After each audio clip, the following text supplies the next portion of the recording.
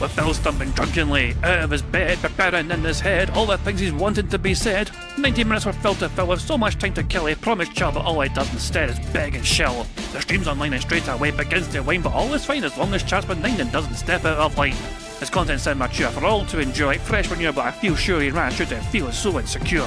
The money earned from yesterday was withdrawn and long gone, as Phil's spending impulse is always set to stay on. His support is also slow and stays so low and fails to grow. You never know, the show may turn into an easy bingo. Most victims across the board we charge the war because the score can't be ignored. Just how much DSP makes us all feel so bored. To help us fight or sleep and try to keep alert to watch it creep, we play bingo while Phil will bitch on why his sheep are also cheap. While DSP is chasing green, we're seeing green across our screen as Phil's routine predictability rivals our soul machineers. Norton, Burpin, leaning, ban, it matters not if Andrew fanners chatters can't see if others make him feel less of a man. Takes a drink and slaps his leg before launching into a bike, pretending there for bills when truth is there to buy a wrestling JPEG. Talks about his shitty life of Clawless Cat and fatty wife and all his strife while forgetting that tits done well and they were right. With drama he will react, but as an actor it's a fact as he rehearsed to be exact in how he felt he was attacked. Pre-stream's nearly over and a win is in sight, with little white despite Phil's delight that tits were not light.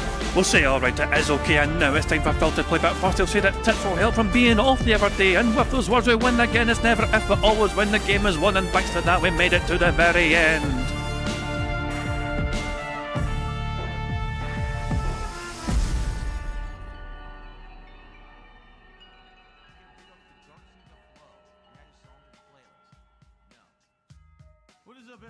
Hey guys, King Jet here, and welcome back to DSP Bingo for what is today, Sunday the 15th of March 2026. Hope you're all doing very well, indeed. Hope you enjoyed your detox from DSP over the weekend there, but it is back. Once again, it is Sunday and we're back with another several days of Phil streaming while desperately trying to get as much money from his dumbass dent heads as fucking possible.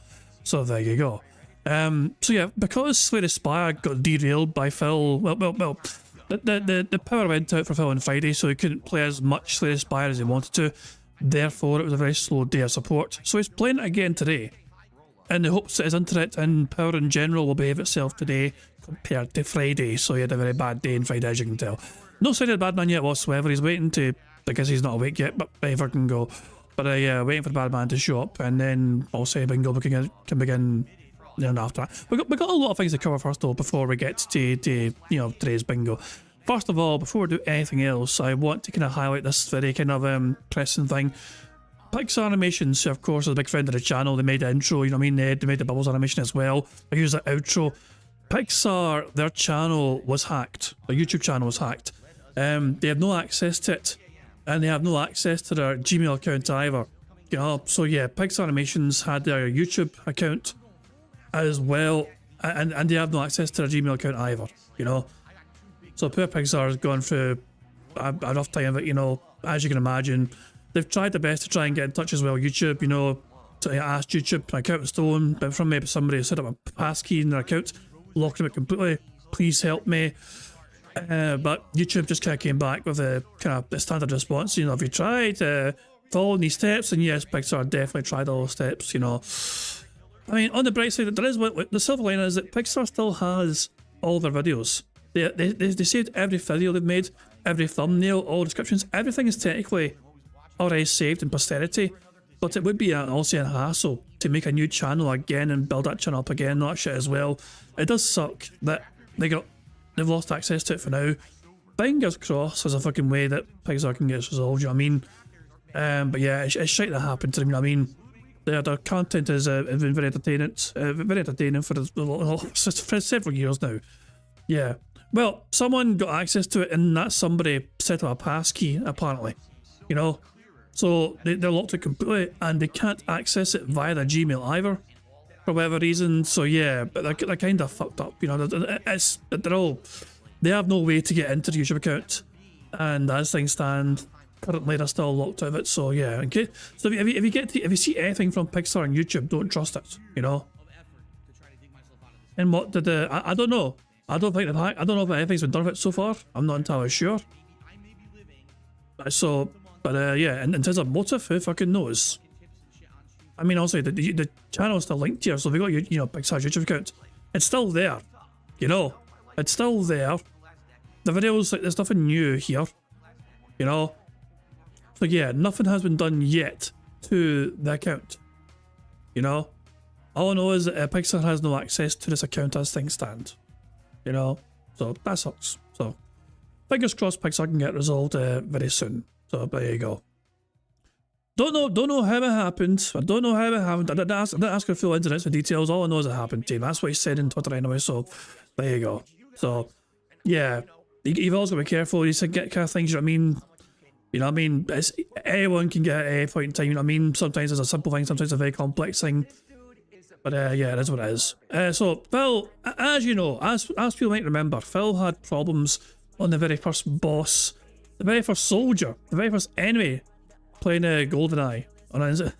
So here we are. This is what happened to DSP when he played GoldenEye for the very first time. Oh my. What the fuck? How do you play this? This is insane. What the fuck? What is going on? How do you play this shit? Whoa! How do I fire my gun?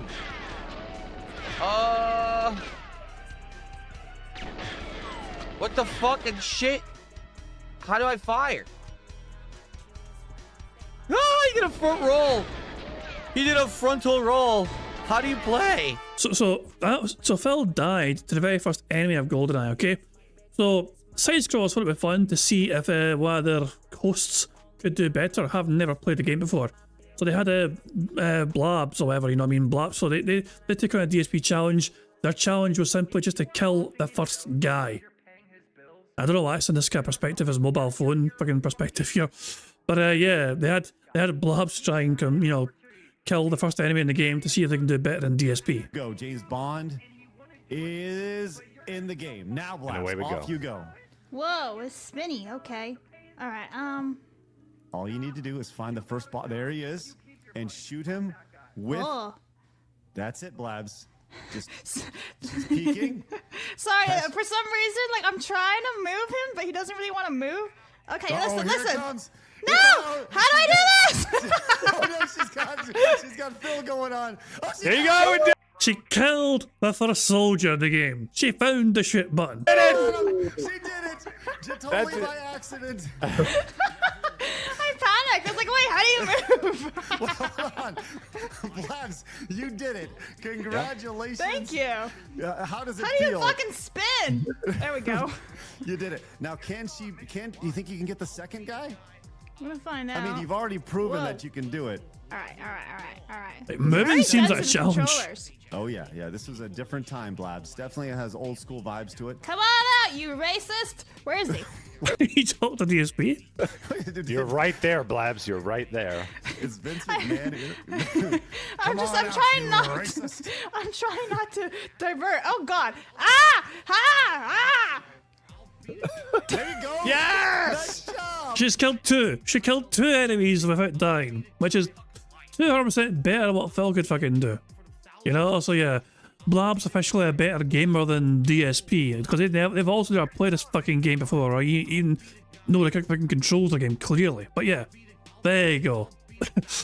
Outstanding from Blabs, you know what I mean? But there you go. The bar was very low, to be fair. The bar was extraordinarily fucking low, you know?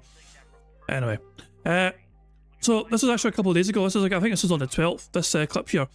And Phil's talking about how fucking much better off he is living where he is now. And it was a bizarre little clip here, listen to it. But the thing is, you get older and you want to have your own life. You don't want to be confined to one area simply because, you know, you have family members there. And I did what was best for me. I know I did, because now my life is just so much better because of the fact that I have my own thing going out here, and, you know, I met my wife and everything. And that probably wouldn't have happened if I stayed in Connecticut, okay, to be honest. There's a lot of things which are a bit, like, stupid about his comments. Primarily, so he's trying to fucking say that if he'd never moved to fucking Seattle, or being rented in Seattle, then he would never have met Kat. You met her online, Phil, and she wasn't living there. She was living in a completely different fucking state from you. You know? So, that logic makes no fucking sense, because you never met her in person. You slid into your DMs, or you slid into her DMs on Twitter or whatever. She was living across the fucking country at a fucking point in time when you first started communicating and courting her. So, where you live was not a factor in you meeting Kat, in my opinion. You know? Which is, yeah, also, it's abandoning your family and abandoning your fucking friends to move across the fucking country just so you could, just because you thought you were going to save on taxes more than anything else. You know what I mean? Like, your motive to move was money. Even though you're doing so well, apparently, your motive to fucking move across the fucking country was money motivated. At the end of the fucking day, you fucked up your fucking, you fucked that up as well because you misunderstood the fucking tax situation. And you end up fucking not paying what you're meant to fucking pay for so fucking long. Well, what was it? Rambo. Rambo's his fucking friend. Not really Howard, you know what I mean? But Rambo's his friend to a certain degree, and then Phil fucked up as well. So yeah, I moved across the country and abandoned family and friends, whatever, and what's he fucking got now? Apparently his life is so much fucking better these days compared to when he's fucking in Connecticut, close to fucking his mother and father, and actually fucking having that actually a social circle of sorts. It's a small fucking circle, I know, but he still had some sort of social fucking circle. You know? Now he's got fuck all. Like it's like, but he's saying that if him being in Seattle is how he fucking is with Kat, and he wouldn't have had that if he wasn't fucking living in Seattle. They hooked up online.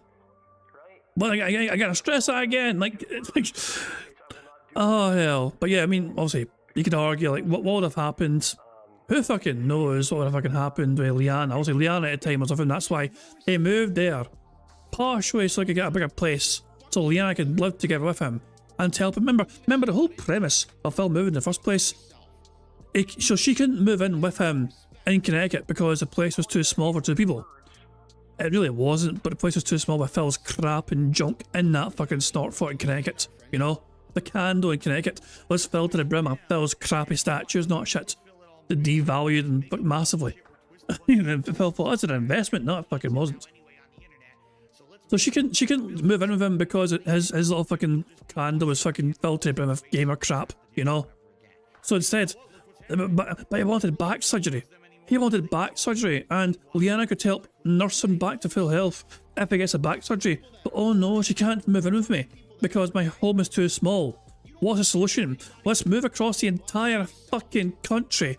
Get some like sort of 4-bedroom property with 3 bathrooms. And then it'll be big enough for fucking Liana to nurse me back to full fucking health. And of course, you all know the fucking rest. I mean, Phil didn't get a surgery after on his back because of Seattle Air helped cure him. You know? And yet, yeah, I am convinced. I made a whole video on this, remember? I made a whole video where Phil's narrative about wanting children changed depending on who he was fucking with at the time. Children was always an option on the horizon. It was a potential future thing that he was looking to have when he was with Liana. But as soon as she fucked off, and as soon as he hooked up with Kat, that narrative changed dramatically. And the narrative suddenly turned to, nah, we don't want kids. Translation, Kat doesn't want children. You know? And Phil's going, okay, then that's what we don't want then. So I was like, do I think Phil has ever actually truly desired children? Did Phil ever want children, or is that something Liana wanted? Because remember, Liana generally loved him. Like, for all his fucking faults and everything else, I mean, Liana generally truly loved Phil. And she wanted everything. She was in the whole way, but Phil didn't want to commit to marrying her for whatever fucking reason, you know what I mean? Phil's excuse was, you know, if I'm going through a bankruptcy, it's unfair to fucking tag her, you know. It's unfair to drag Liana through a bankruptcy with me if she's married to me. That wasn't a problem for Kat, was it? Funny that. But yeah. And she wanted a pet cat as well, and Phil's like, nah, no, I don't really want a fucking pet cat, you know? Nah, no thanks. I'm not gonna have a pet cat for now. So the two things that she really wanted, I mean, she wanted to get settled in with Phil. I mean, get married to Phil, you know?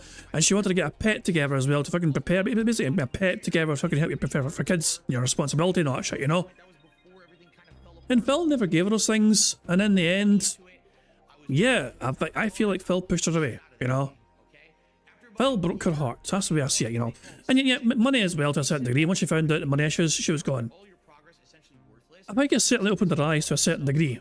But, you know, when she was forced to basically get a job, you know, because Phil's YouTube situation was crashing, you know. But she was still there for a while, you know what I mean? And I think she still did her best to try and hope that Phil would kind of be more serious. I truly believe that Phil thought she would never leave him. I think Phil believed that Liana was there, you know, was hooked for the whole, forever. And Phil didn't have to do anything, and she would just fucking go along with it. you know.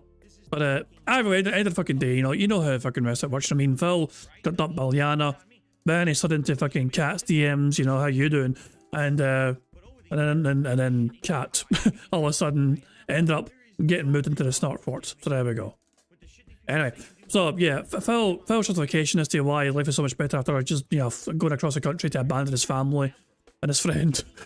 And it could have met Kat anywhere because it started off online. It was an online fucking relationship it started off with, you know?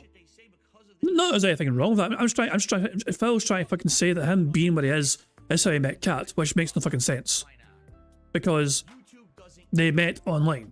That's, so yeah, you get what I'm saying. Anyway, one more clip here. This is a little example we're going to see here. We've got a couple of Snort Bingo compilations lined up very soon from the day stream and the night stream. But before that, of course, here's a little preview of things to come. So, people are saying this is Raw Phil, who intentionally seemed to bait Phil. Like, this person got all the health, almost took away. As Cammy. Phil thought it was going to be a Cammy. And all of a sudden, this person came back and crushed him. Like, they gave Phil hope and then they took it away. Check this shit out. And this Cammy is intentionally, if it is Raw Phil, this is a very intentionally slow Cammy. They're ducking a lot, they're not attacking as rapidly as usual. Not what I did. Look how slow they're being. They're inviting pressure. They're inviting Phil to come at them. It's like intentionally hoping for Phil to fucking get damage, you know, done to them.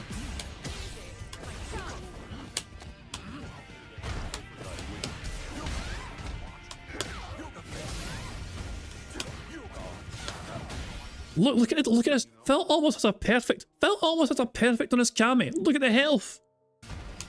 And it's gonna start, it's time, okay. Now it's time for Cammy to show up, okay? So, first of all, this spiral kick thing. Spiral arrow, yeah. And all of a sudden, look at the speed. Look at the speed. The pattern. Look at the speed. Can't stop it. Can't stop it. Look it's at the just pace. On yourself, Cammy. Can't stop it. Look at this. I told you. It's just the pattern. And they were clearly baiting you in, you know? The absolute rapidity of that fucking comeback was insane. They went from fucking just waiting for you to hit them, just saying, okay, fuck this shit. I gave this guy enough hope, let's fucking kill him. Can't fucking stop it. She has 20 moves she can do that are all safe. Every fucking one is safe. So all you do is block, and you're either going to get broken out of your block because you're going to get burned out and drive impacted in the corner, or she's going to do a safe move. If you try to hit her, she recovers and hits you. There's nothing you can do. There's literally nothing. It's 100% a garbage fucking game for idiots. Hell. Sachi says, parry, you dumb fuck. Yeah. Phil's not a big fan of parry, no, he just doesn't fucking know how to do it properly, who fucking knows. But there you go. Is the bad man awake yet, out of curiosity? Yeah, it's a bad man is awake. His stream's actually live, so there we go. Actually, I need to check something else as well. Do a big stream of he's actually talking right now. He's talking right now. Hold on. one because of some of the time. Blah, blah, blah, Yes, blah, blah, and blah, welcome. blah, blah, blah. Okay, here we go. Right, leave Phil on pause there. That's when Phil starts talking on his microphone, so we're going to leave him on pause right here. Yeah, Phil's still doing this kind of dumb thing where like he talks on microphone only before his show properly starts, you know? So, very odd, I know. Anyway, a couple of videos to watch before we start playing bingo. First of all, here's Phil blaming his depression for being an arsehole. Putting that out on Twitter is going to cause trouble. I know that logically in this head. I know that's stupid, you know, but I did it anyway. And it wasn't a mistake. It wasn't a mistake that I put that on fucking Twitter. No, sir, it wasn't. That was my depression pulling me out of a positive moment of my life at that very moment. All right. Yeah. Yeah. So, for the full context of this is that Phil made some sort of derogatory tweet, and it got a lot of negative backlash. Phil went viral for the wrong reasons because a lot of kind of prominent content creators called him out for such a fucking negative toxic tweet, and Phil then tried to fucking say that wasn't his fault, it was his depression. You know? So, yeah. So it's always convenient if Phil has a reason. It's not his fault. No, that's my depression. How dare you fucking blame me? Yeah. Hell. Used to have such a bounce to him. It was quite fatter back then. Yes, you're right. It was quite bouncy. Right. Here's the first of 2 compilations, you know. Actually, is this one? Yeah, this one. So this is a day stream compilation here. Disastrous stream of Slay the Spire 2. I'm very upset. We went from over $200 to $60. Fucking cry hardy, you fucking bitch. Okay, so this is the day stream compilation, followed by a Street Fighter 6 night stream compilation where Phil lost 27 times, and he said without Kami being his opponent, he'd be a high master. Yeah, he'd always said that. First of all, a day stream compilation. This is how to play the game.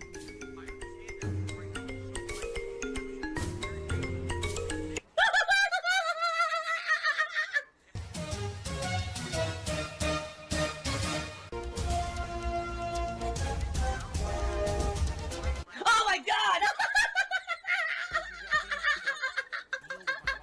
I have to warn everyone. Warning.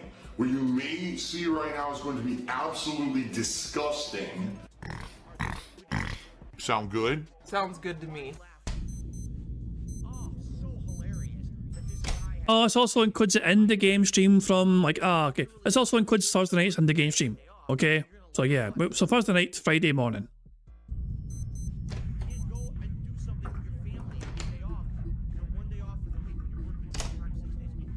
Okay, are we good?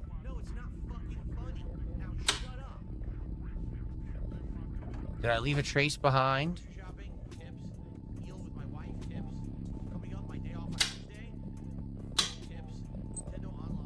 It's all lost. I made too many mistakes. Try again.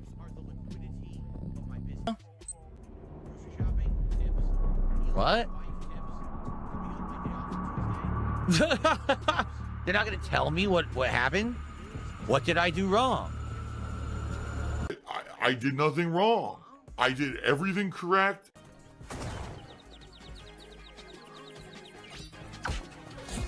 It kind of annoys me that Phil played this game because I was going to play this game soon. So if Viga's got this game as well, and it's kind of funny. Me and Viga both recommended this game to Moki on like 2 different days without being aware that we were recommended the same game to Moki. But yeah. But it's a fun wee kind of golf game where you can fuck up your opponents, you know, while they're trying. Everyone plays at the same time. No one takes turns, you know. There's all trying to get your fucking ball in the hole as quick as possible, and there's like power-ups as well. And it kind of annoys me that Phil played it because it kind of ruins it a bit because Phil plays a game which I had interest in. It missed? Why did it miss? And how did I get a penalty stroke? That didn't even make sense.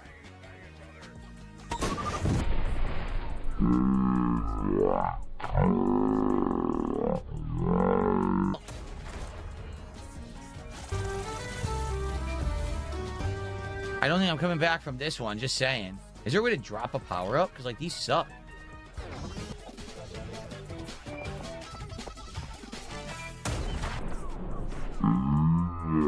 He ran it towards a mine, okay? This is quite visible on screen, this thing here. See, it's right there, it's a little green mine with a red button on top, you know what I mean? Clear to me, is he's running right towards it.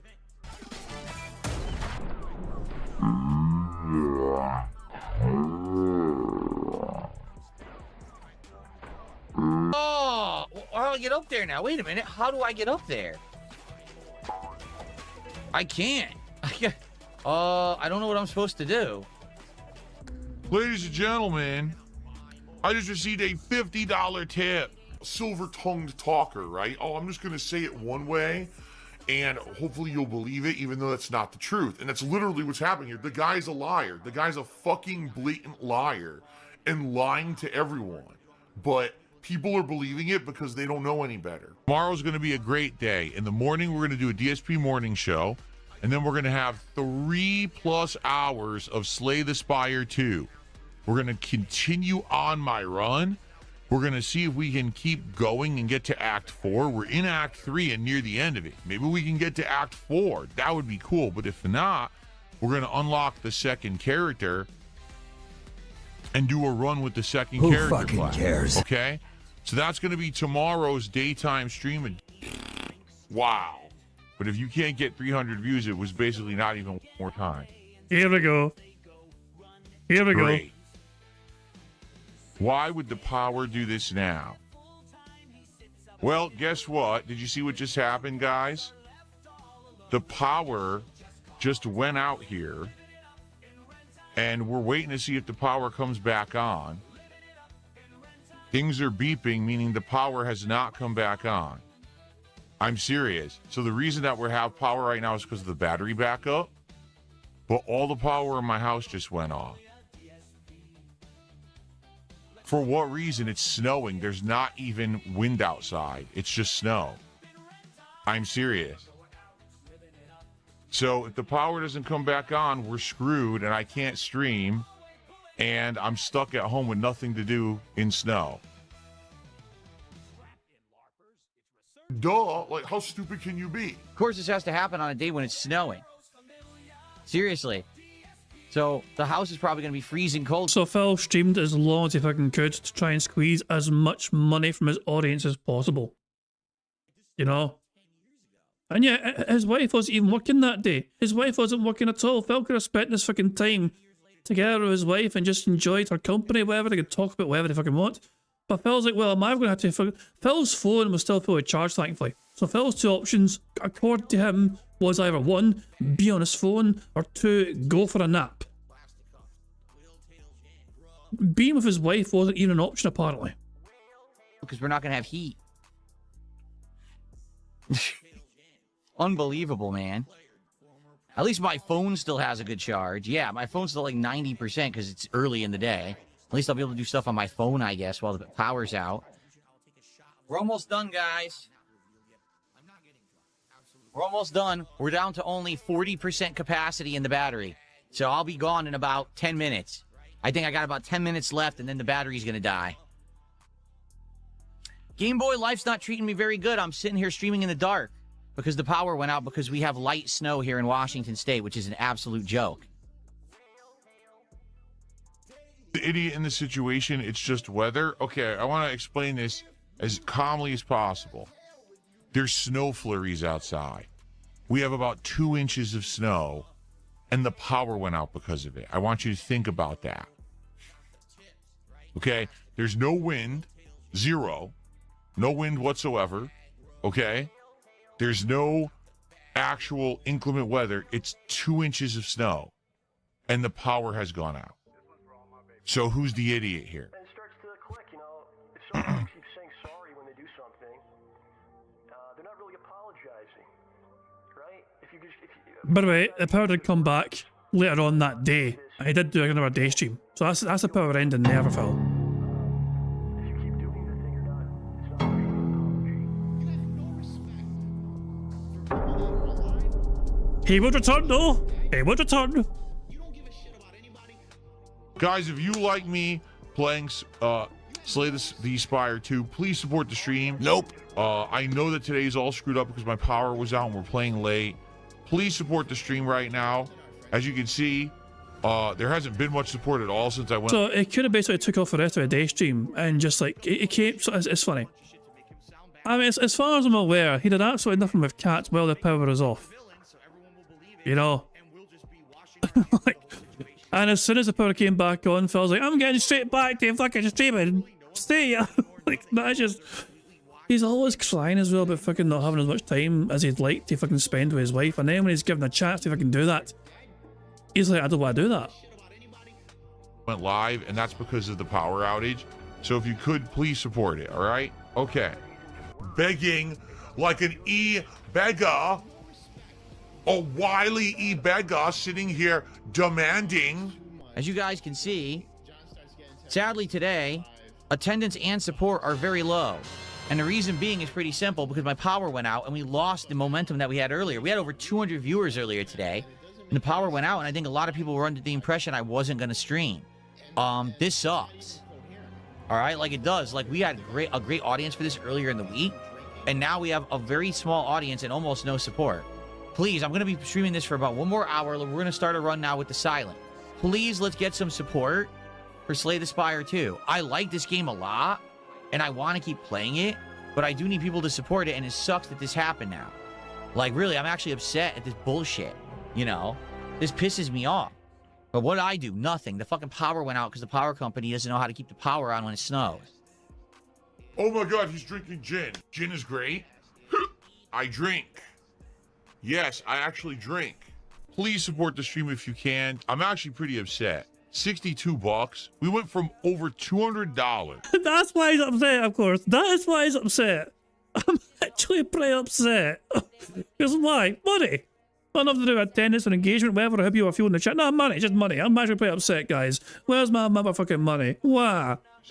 On the first Slay the Spire 2 stream, with over 200 viewers, we're down to 140 viewers and $60 to support because the fucking power went out. So yeah, I'm pissed. I think you can understand why, right? So let's continue, all right? And let's do a run with the new character and go from there. Here we go. I'm like a super greedy dude. And all I want to do is milk my audience for money and constantly guilt trip them. I received a $20 tip. No, you didn't. Thank you so much, whoever this is, because as you see, guys, support has been very, very slow this stream. I hope you enjoyed regardless. I'm going to upload right now. I'll be back tonight around 7 to 7:30 p.m. Pacific time for Street Fighter Friday Night Fights. You'll vote if you want to see more Honda, Dalsim, or Blanca. Who fucking that'll cares? be tonight's stream. And then I'm off tomorrow. I come back on Sunday with the podcast. We will do another stream of Slay the Spire 2. Yeah, it was one of the slowest streams I've ever done. Yeah, he's whining like a bitch now. Yeah, I'm trying to vivid. I need journalism difficulty. There's still this back here. And it's still in the back of my neck, the back of my head, the back of my mind, and it's always telling me it's WWE Champions time. I love it. I love it. Well, fucking love it. There we go. So yeah, in case you're wondering as well, so when the power went out, it was at $40 odd, and when he came back later that day, he then kept that tally at $40. So he didn't reset it to zero when he came back. When the power came back on, he kind of kept the total for what it was earlier on that day. So yeah, so Phil didn't make like $40 odd, and then there are 90 on top of that for a day stream. None of that was all together. Both streams combined for a day stream from Friday when the power went out. And yeah, Slay the Spire so terribly that I decided to play it again today. Technically two day streams in a row. So Slay the Spire 2 was a day stream on Friday, but because the power went out, he signed himself, oh, the normal whales couldn't give me money.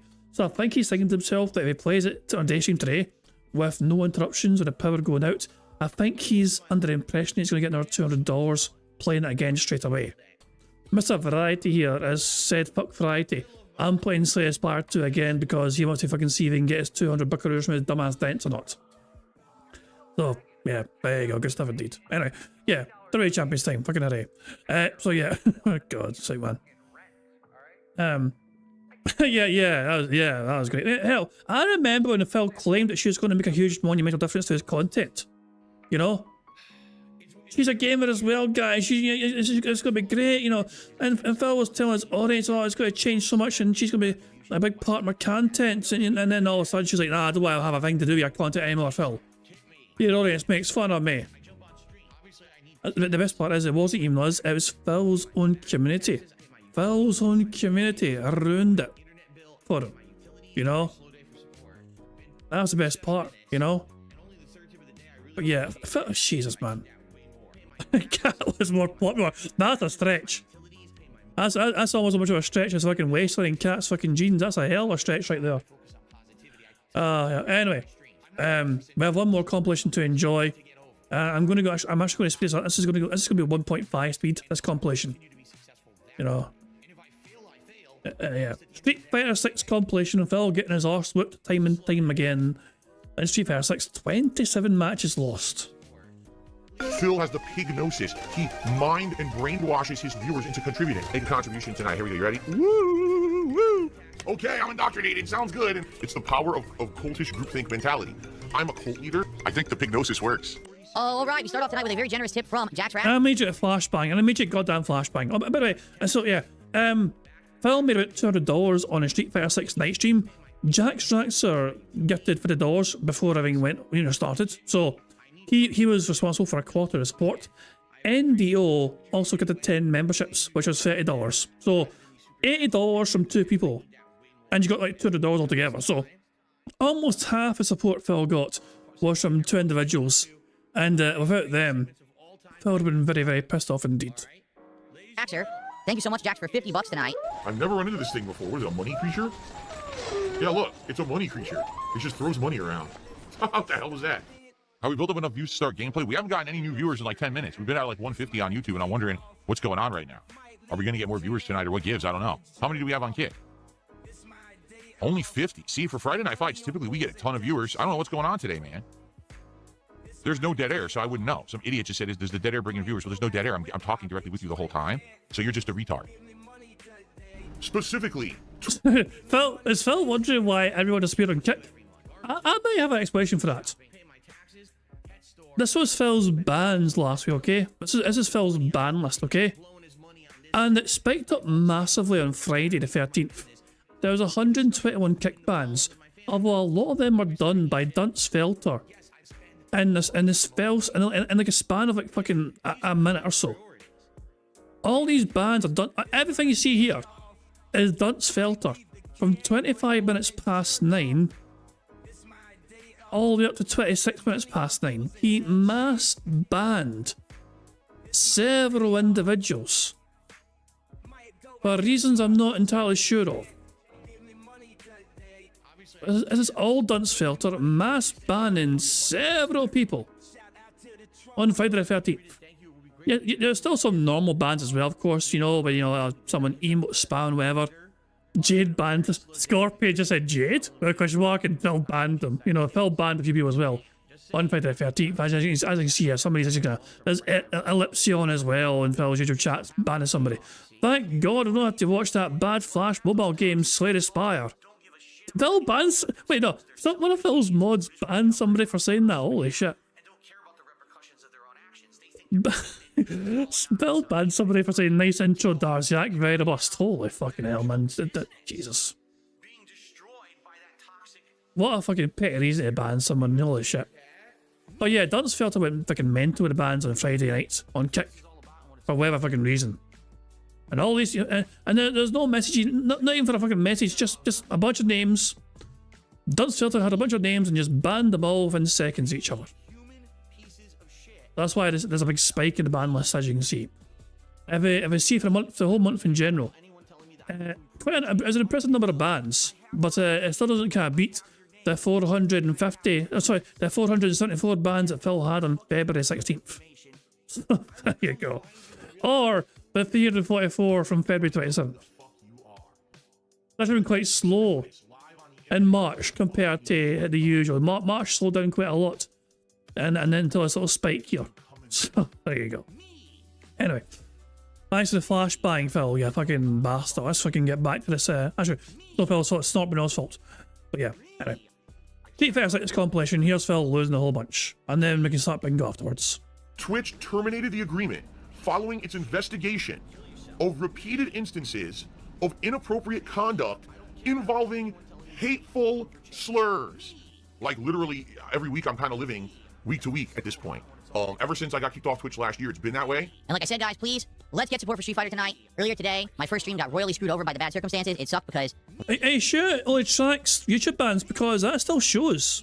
I mean, when did the API thing stop for that? Because, like, YouTube is still here from the 13th. If you go past all, Yeah, Friday the 13th. YouTube, Phil banned somebody on YouTube here. YouTube ban. Are you saying the number? You're talking about the chart thing only? Because it's still YouTube ban shown here on for the 13th. So I don't know exactly what you mean, but all I know is it's displaying YouTube bans as well on here anyway for Friday the 13th. So or do you mean this chart in general? I don't know if you mean this chart. I'm not entirely sure. But there you go. I'm just showing you. I'm just saying what I'm showing you on this page. This website. This detractors.win website. We had great attendance and support for Slay the Spire 2 earlier in the week, but half the people didn't know I was streaming earlier today because of the power outage, so it ended up being a slower stream. Obviously, I want this stream to go well to end the week on a high note, so let's go. Hey guys, I'm your best friend, Stormy Money. All right, are we ready to begin? So let's get set up, and guys, please, do me the favor tonight. If you're on YouTube, give the stream a like, give it engagement. Let's get that going. If you like the stream, support it. Send some subs, send some kicks, send some memberships, send some super chats, and send some tips. Right now, we have absolutely no support from Kick. None. Let's go. Let's get our first sub of the night. Let's get our first kicks of the night. Right now. I can't just never mention money and contributions. That means I will go out of business. Can't do anything. I can't do anything. This is all free. I just side switch block, nothing. Yep, that's game. Not earned. No hits earned. Literally no hits earned. Mashing jab, throwing, side switching, can't side switch and block online. 100% guaranteed win. Waste of my point. Cammies were out in force on Friday night. Phil got haunted by the cammies. So go fuck yourself. You're a scrub. The online pattern works. I can't do anything about it because the game sucks online. Bad. Now what I didn't do the fucking headbutt.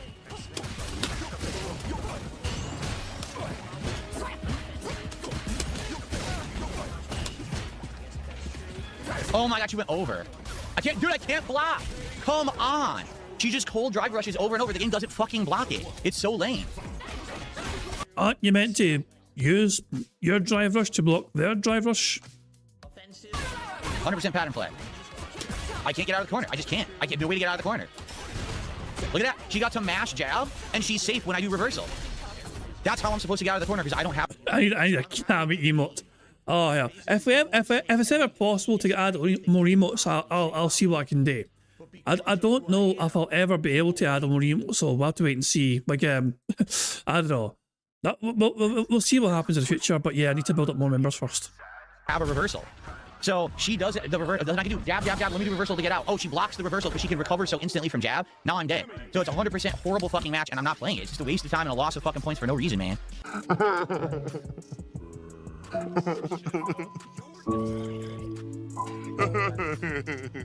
What's going on? I didn't parry.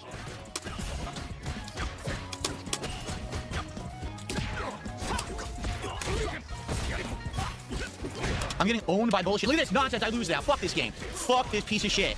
I had you beat last round when you did the scrubby drive impact. I did the reversal level 3. It doesn't give it to me. Now it gives me half-assed inputs in the fucking 3rd round. Fuck this guy.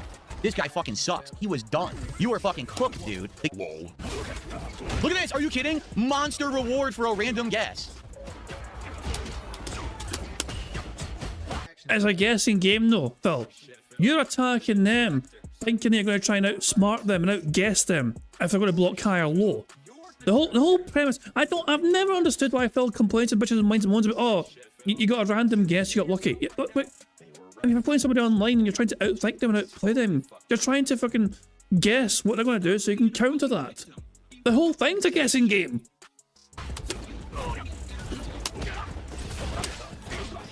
Nothing I can do, throw loop. Can't do anything, he wins. Game over. Game sucks, dude. Terrible player.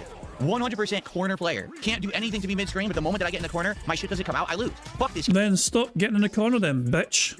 game. This is why I hate this fucking game. $25 tip. So this person says, I watch your streams for you. I don't enjoy games like Street Fighter 6. Well, that's like clearly fake if ever I saw one. I watch streams for you, Phil. I don't care what you're playing. These games make you so angry. Stop playing the game. Wow.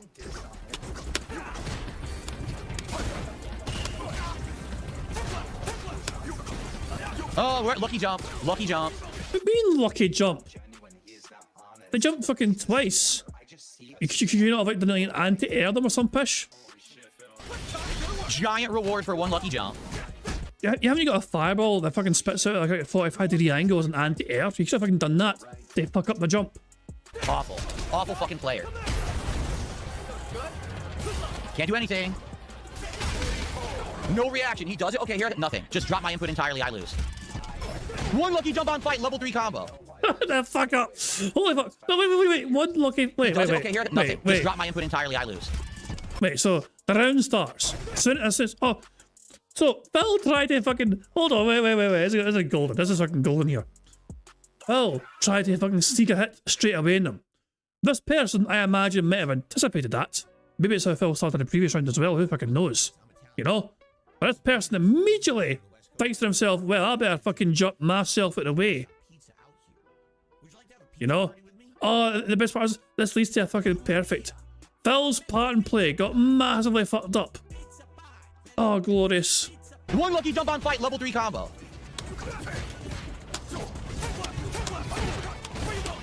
Lucky jump again because he's just guessing, and he knows it's safe. I can't anti-air him from that distance. Yo, fuck this game. This game sucks. These are terrible fucking players. They're not good in any fucking way. They're garbage fucking players, and they get rewarded for picking garbage characters. Look at this.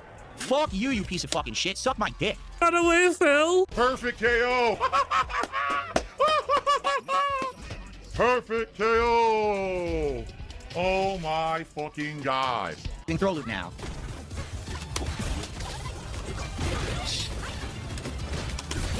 Oh, that's it. I'm burned out. Game over. Look at this. Fuck again. Why am I losing? Because the game sucks. I lose because the game sucks. Why am I losing? Because the game sucks. Oh, hell. Never any credit given to his opponents, ever. Every single one of Phil's losses, this game sucks. His opponent didn't deserve it, doesn't know how to fucking play the game. Phil, this isn't... It's just humiliating. This is humiliating for you. One lucky jump in on fight, fighting my way to get out of the corner. Now she has monstrous fucking advantage, and I can never come back. Yo, this game is fucking ass, and I hate it. I really do. Oh, that's it. Mash on fight, giant reward. Now I'm in the corner. Now you do throw a loop. I can't do anything about it. The game is terrible, dude. Can't block low. This is the same guy who is really wanting to buy that brand new controller. You know, the one that's going to cost like fucking $300 odd, you know? Yeah, instant anti-air. Can't do anything about it. Throw a dash throw. Can't do anything about it. Look at that. Can't do anything about it. She wins. The game is awful. The game is fucking awful. This is one of the worst. Not the worst, but one of the worst fighting games ever conceived.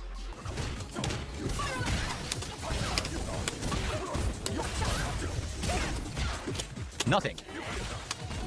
I can't move. Wait, Phil had that carry fucking beat. Phil actually fucking had that fucking carry locked down there, it felt like. And then Phil fucked up here. So, you stopped doing the spiral arrow thing. And then, oh, I see. So you jumped over the spiral arrow again. And you punished him as well. Like, Phil was actually doing well here. And then, I think Phil drops a fucking combo or a move here. Nothing. Yeah, Phil fucked up. Phil fucked up and got punished for it. I can't move. I'm dead. Level 3 from the one mash kick. Not a can't block. Yo, the game is so bad. The game is so bad. You messed up. You dropped your combo. You had that one, and only you is to blame, Phil, because you messed up your inputs. This is a pattern player button masher's delight. All you have to do is mash and do your safe shit, and it's nuts. I can't do anything about any of it.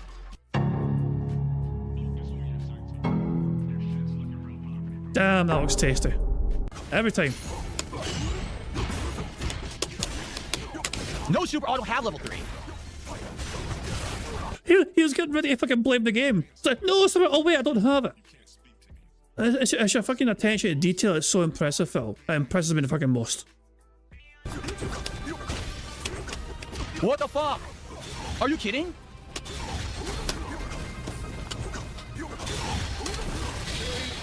This is fucking retarded gameplay from fucking mouth-drooling idiots. The guy gets lucky.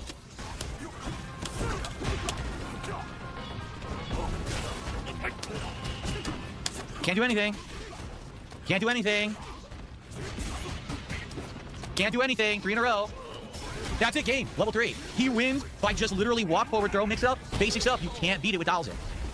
Why is Dalsim such a fucking terrible character? Another pattern playing, button mashing, scrub piece of shit. Just knows that Dalsim sucks and plays exactly the basic pattern to win, and I can't do it. Jeez, his MR score is plummeting, man. He started off a night like above 1500, and like, he's losing so much MR in ranking points. Anything because I'm Dalsim. Because I'm literally because I'm Dalsim.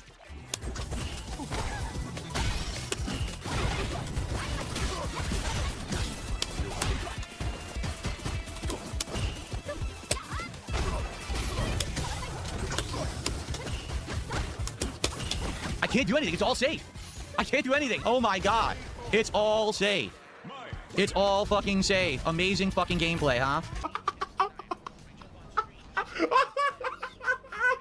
I can't stop laughing. I tried to break it.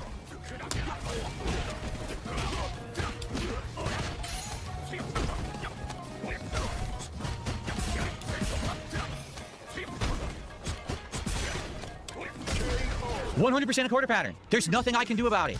Fuck this piece of shit. 100% corner pattern. I have him completely beaten. He gets one lucky thing to get out of the corner. I can't get out. That's it. It's over. Oh, another carry. That's it. She mashes. She gets a hit advantage. Now I can't block. She wins level 3. Oh, she doesn't have. She's level 2.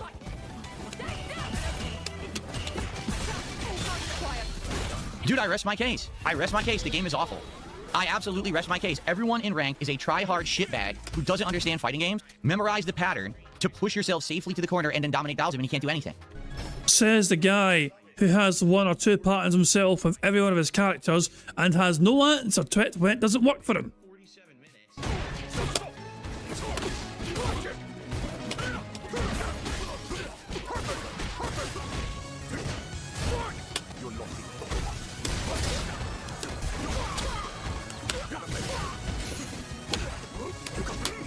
What? Did you see that? His sweep beat my aerial medium punch. What is with this game? That was an uncut gem right there. Yo, he got beat so bad. That was great.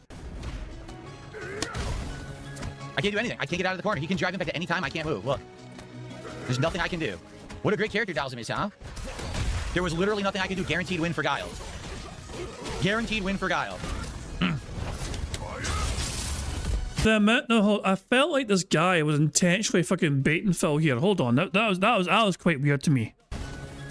So like this like is there honestly nothing that Phil couldn't do here to counter this?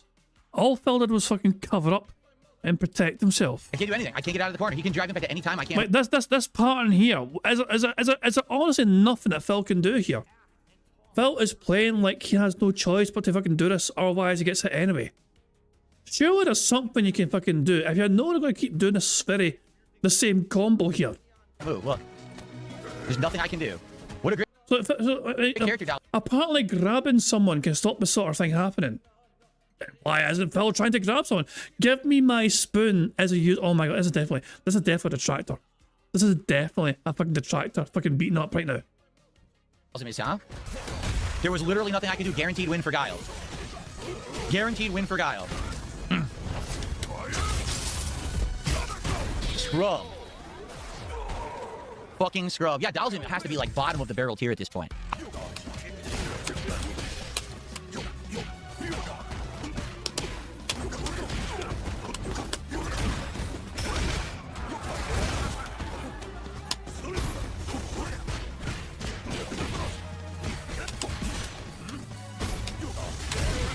Can't do anything. I'm too fucking slow. And he just randomly does hits and they counter hit me or fucking stop or trade. So lame. Mashing jab, just in case it didn't connect, he mashed.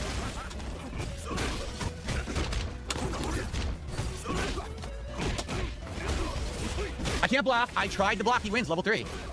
Completely unearned. Can't block high-low online. Doesn't work. He just drive rush overhead. I go to up, neutral, nothing. Guaranteed win because the game lags and doesn't go. Low to high block online. Congratulations. You're a fucking scrub. Guys, let's get some support for Street Fighter 6. We got about 20-30 minutes left. Let's go. You know how frustrating this game is. You know what a grind it is. Here we go. Time to instantly lose more fucking points to some fucking scrub. Let's go. Let's get support for Street Fighter 6 right now. Come on, let's get it. Because again, earlier today I got screwed on my first stream because of a power outage. So let's get some support right now for Street Fighter.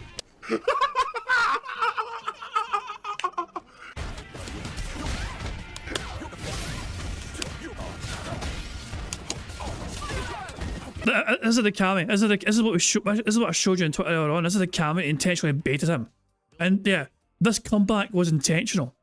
I don't know if it's true, but this may have been Raw Phil. Raw Phil may have been this character here. I don't know for sure, but yeah, this person clearly baited Phil into giving him false hope here. Here we go. Here comes the pattern. Can't stop it. Can't stop it. It's just a pattern. Can't stop it. Look at this. I told you. It's just the pattern. You can't fucking stop it. She has 20 moves she can do that are all safe. That sucked. I drive rushed after the jab. It didn't give it to me. He gets cold level 3. No drive rush. You don't see a lot. I mean, am I crazy? But you don't see a lot of people picking at Elena in this game. So I imagine it's because they're not a top tier character. And yet Phil is getting his arse handed to him by this person who's not a top tier. Oh, come on. Oh, dude, I had it won. I don't know if it would have killed her, but it would have done a lot of damage if my combo didn't drop. That sucked that it didn't drive rush.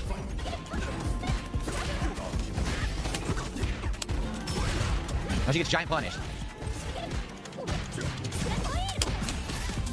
What? I didn't get my combo. No, wall bounce? Wow. That's absolutely ludicrous. It dropped my combo, which I had. It was going to win the match, and it drops the combo, so. I'm just overall pretty good at all kinds of different games. I think I could take something like that World Cyber Games Ultimate Gamer. You want to know the truth? I'm probably one of the best overall gamers in the country. And there it is. The old classic famous quote. I'm probably one of the most overall best gamers in the country. That, my God. The sad thing is, he truly believed that. He truly, honestly believed that about himself. Mental.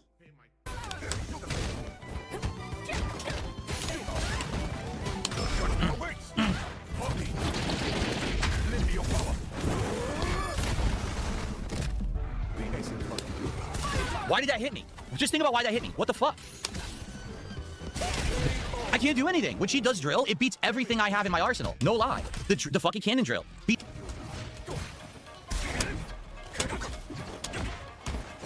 Now I can't get out of the fucking corner because the game doesn't fucking work. You were back. You were forced into the corner, Phil. Look. The pressure. So they missed whatever, but you're jumping backwards. Time and time again. Towards the corner. You can't go back anymore. And now you're pissed, you end up in the corner. You were forced into the corner. Now, could you have escaped it? Probably, but you're not fucking smart. Now I can't get out of the fucking corner because the game doesn't fucking work. Dude, what is going on? I can't do anything. It will not respond. I can't do anything. He wins, level 3. What a great player, huh? Wow, what a great player. Literally doesn't respond 3 times in a fucking row while he's doing corner pattern. No response whatsoever. 0. Fuck this game and fuck Capcom. This fucking fighting game division should all be fucking unemployed. They should all be fucking... Jesus! Wait. Hold on, I'm going to slow it down for this rant here. Hold on.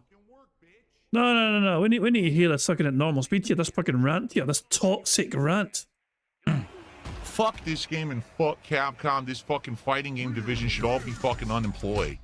They should all be fucking fired and thrown into the fucking streets so we can have a good, competent dev team make a fucking fighting game worth playing. Because this game is the fucking shit. This is Jesus Christ, man. The worst fucking game. Dropped inputs, garbage patterns, awful online play. They suck. Just because you're not fucking good at the game, Phil, doesn't mean people deserve to go to fucking jobs, for fuck's sake. Just don't play the game then, Phil. No one's forcing you to play this game. Capcom fucking sucks at fighting games now. They need to bring back the old days of when people actually knew what the fuck they were doing and had competent intelligence and knew how to fucking play stuff. This is retarded. Hateful speech constantly. I'm Mr. Hateful Speech. Everyone knows that. I hate everything I'm doing, and I'm just stuck doing it. Such a toxic, salty arse bastard, man. Holy fuck, man. Wow, drive impact on fight.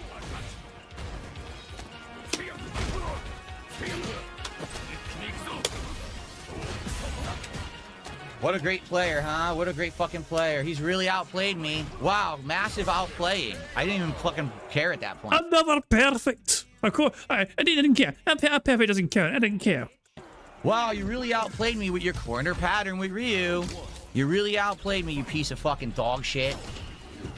Perfect, completely dominating. Perfect, baby. This was your accepting.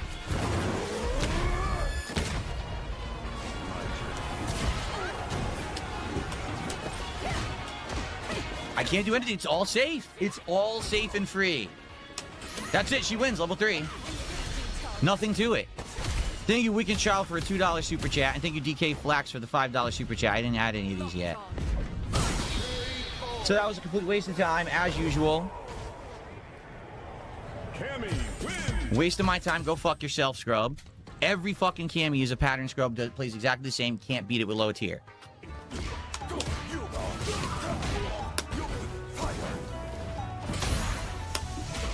I love how the last match is one of his mains Honda. Phil also likes playing as Honda, who's a low tier character. So what excuse is he going to have for losing to Honda, I wonder? What happened there? Are you kidding? What the fuck? Off of a random juggle out of nowhere he had no clue he was getting. I'm gonna die.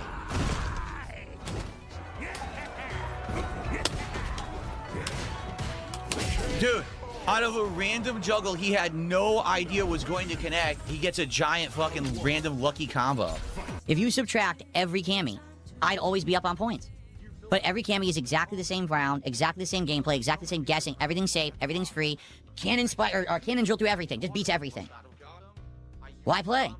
So basically, Kami is effectively the detractors of Street Fighter 6. Because Phil's always claimed that if detractors didn't exist, that he'd have like fucking a million views, a sub-channel, you know? And he'd be like one of the top content creators, you know? Phil has always claimed that detractors stopped him from being more popular on YouTube. You know? And now Phil's saying that if it wasn't for Kami, then he'd fucking be a high master player or whatever. Like, Jesus Christ, man. I just love Phil sees a Kami, and in his head he's already lost before the first punch has even been thrown. So, give me back all my points for the camis. I'd be a high master by now with every character. But it's the online cami bullshit that's unstoppable garbage, and I hate this fucking game because of it. Like, really, that's why. So, I'm off from streaming tomorrow. All right, I return on Sunday. Sunday morning there will be a podcast, and then we are doing a major stream of Slay the Spire 2. I hope you'll join me for Slay the Spire 2. Like, I wanted to play it as the major stream today, and the fucking internet went out. You still did though. You came back, the power came back, and you still played it for a while on your day stream when the power came back. Power went out, but by the time I came back, half the people weren't there anymore, you know? It was like 60 Phil. You cried because you went from 200 viewers to 140 viewers. That's not half. $100 for Hogan's. No, Pedal to the Metal says, I bet the King has a Hogan body pillow. Well, I would, but I can't afford it because I spent all my money on sweaty JPEGs. So I can't have body pillows. I can't have the nice things. There's still this back here. And it's still in the back of my neck, the back of my head, the back of my mind, and it's always telling me it's WWE Champions time. I love it. I love it. Yeah, I'll fucking love it. That's a fucking, you know, explanation point there for that. He loses to a woman before making a first move, just like in real life. Maybe I couldn't have said it better myself, yeah. I mean, Phil loses to a woman before he's even fucking tried. In real life and in fucking video games. Anyway, that's it. That's the compilation done. It is now time for us to start playing bingo. So, the first number in chat I see, or a number that I use with today's bingo card. No pressure, mate, but make sure it's a good number you pick, guys, alright? It has to be a good number. If it's not a good number, I'm going to be fucking mental and furious, not jazz. First number in chat I saw was 42. From Avalanche, so here we go, 42. We'd Phil to say and do the following for today's bingo stream. We'd Phil to talk about food, him using hateful slurs, him getting a fake tip, him saying day off, and him repeating the same point constantly. The second row is Phil saying reality, him discussing his family, him saying no exaggeration, him getting at least $50+ in support, and him saying dude. The third row is Phil chewing some water, him saying allowed to explain, him mentioning his dumbass birthday, him touching his face, and him saying comment. The fourth row is Phil slapping his leg, him saying that being said, shout to that being said, him saying variety, in fact, and a lot of people. The fifth and final row is Phil laughing, him saying DSP tries it, subs, him making that annoying T sound. T. And finally him saying FYI. So that's the bingo card we have for today's stream. Now of course there's a variety of ways we can get free spaces to help us on our way to a Full House bingo card. For example, for every 10 sit snorts or burps that Phil commits, we get a free space. For every 6 minutes and 40 seconds that Phil begs, we also get a free space. If Jade shows up to Phil streams and Phil says hi to Jade, not only do we get a free space for that, but to celebrate free space we get to enjoy this animation. Squeak squeak a free space. If Satan shows up to Phil streams and Phil says hi to his good buddy Satan, not only do we get a free space for that, but to enjoy and celebrate free space we get to enjoy this animation. What's up, Satan? Good to see ya. So those are the ways that Phil can help us get free spaces, but you guys are also responsible for the ways you can get free spaces too. For example, for every 5 new or EU memberships we have on a bingo stream, we get a free space. For every £5 in tips, we get a free space. For a £25 tip, we get a nuke. Well, that's a fucking last resort. And of course, finally, as well as that, for every 5 super chats we get as well, we can get a free space too. But in my opinion, the best way to get free space is just to like the damn stream. Liking the stream gets us free spaces. 25 likes gets us 1 free space. 50 likes gets us 2 free spaces. 75 likes gets us 3 free spaces. And 100 likes on bingo gets us 4 more free spaces on top of all of that. So there we go. The Game Boy is so much of a loser that they don't get a free space for him being mentioned. He's too much of a fucking loser to get a free space. But there we go. But guys, you guys have liked the stream. We have 33 likes so far, which is our first free space of the game because you guys are liking the stream. And of course, to celebrate getting a free space, because you guys liking the stream, we get to enjoy an animation to celebrate, in this case, banana. I need banana, tasty banana, put banana in my mouth, squeeze the peel, it comes in the... Thanks, Jasper. Good cat. So there we go. We got a free space already because you guys liking the stream. Thank you very much indeed for that. Those are the ways that you guys can help us get free spaces, but the rest of it is controlled by Phil and his bizarre body functions, as well as him begging like the little bitch that he is. So there we go. There are some more things to pick, of course, but I'm going to let the AI Marble Phil explain that for you right now. Hello, AI Phil here in the digital flesh for Bingo Baddies Marbles game. By entering the ! marbles in chat, or scroll down the description in the video to get the link to enter. At the end of each month, a first, second, and third prize winner will win a cash prize. Now, if we get a full house on the bingo card, marbles will run to determine a winner for that day and will win a prize on the wheel, which could be used for future games. It's just that easy. Yeah, if you've not yet got a comment on that community post, make sure you get yours locked in before the next time we do marbles. Hopefully we can get marbles on today, but obviously we need to get a full house first on a bingo card for that to happen, so there you go. I think I've covered all the bases. There's only one thing left to really do before I start playing bingo, and that's me to press the random Scottish soundboard button to send us off into battle once more. Oh god, shut the fuck up, you cunt! Angry Moki is angry. On that note, it's time for bingo. Good luck everybody. We're going to start off with just Phil and audio only, because he turns his camera on afterwards, but here we fucking go. And welcome to the stream. It is time to start a brand new streaming week here on DSP Gaming, and I'm excited for it. It's going to be a weird one because of some of the timing of some things that are going on, including multiple new game releases and or DLCs that have some weird timing, and we'll discuss that on today's show. Coming back strong, hopefully today the power will stay on so we can actually do a big stream of Slay the Spire 2, which I'm craving because we most definitely didn't get enough of it back on Friday. But I'm also very happy to be back just to chill with you today. The podcast should be way more laid back. I don't have huge major topics to talk about. And to be honest, if we kind of run out of stuff, it's all good if we end early and then we jump into Slay the Spire because I've wanted to get back into this game in a major way. Hopefully today we'll be able to do so. So, I am excited for today. I hope you are too. So stick around. I'll be back in just a couple minutes with a week beginning episode of the Level 1 podcast. Who fucking cares? So it's a podcast, but it hasn't got much to talk about, but he's still doing it as a podcast. You know he hasn't got much to fucking talk about. So it's a podcast, but it's not really a podcast. Imagine that. Right, so what time does Phil actually start? So I assume he's going to fucking play his dumbass intro. Because it's an actual podcast, it means he go, yeah, there's his intro right fucking there. So there we go. So we just skip ahead. There we go. What the f? Okay, well, here we go. It is time for the bingo to probably get in with the camera on as well, not jazz. So here we fucking go. Brace yourselves. We have 2 things ticked off, but there's a long way to go before we get a full house, hopefully. Good fucking luck. And I'll tell you what, just for good measure, let's just press the random Scottish soundboard button one more fucking time. Is there nothing on the internet that I won't masturbate to? Is it Derek or is it Profit? You decide.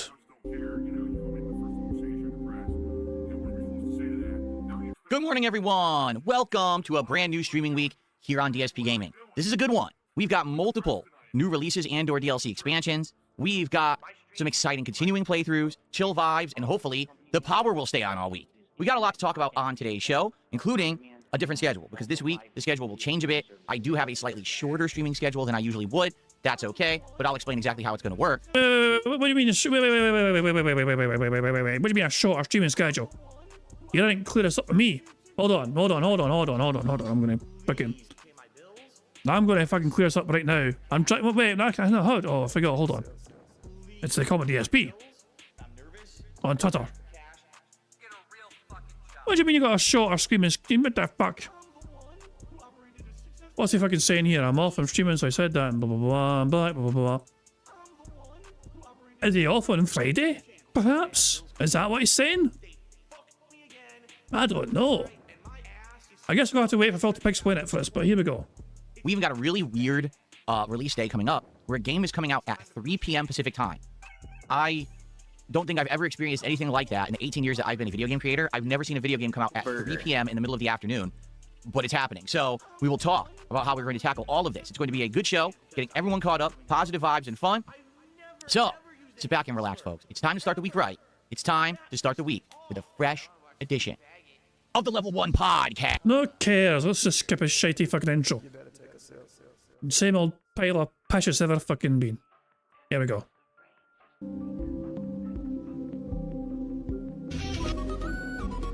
Alrighty, what's going on, everyone? Welcome to the show. As I said, the first show of the week.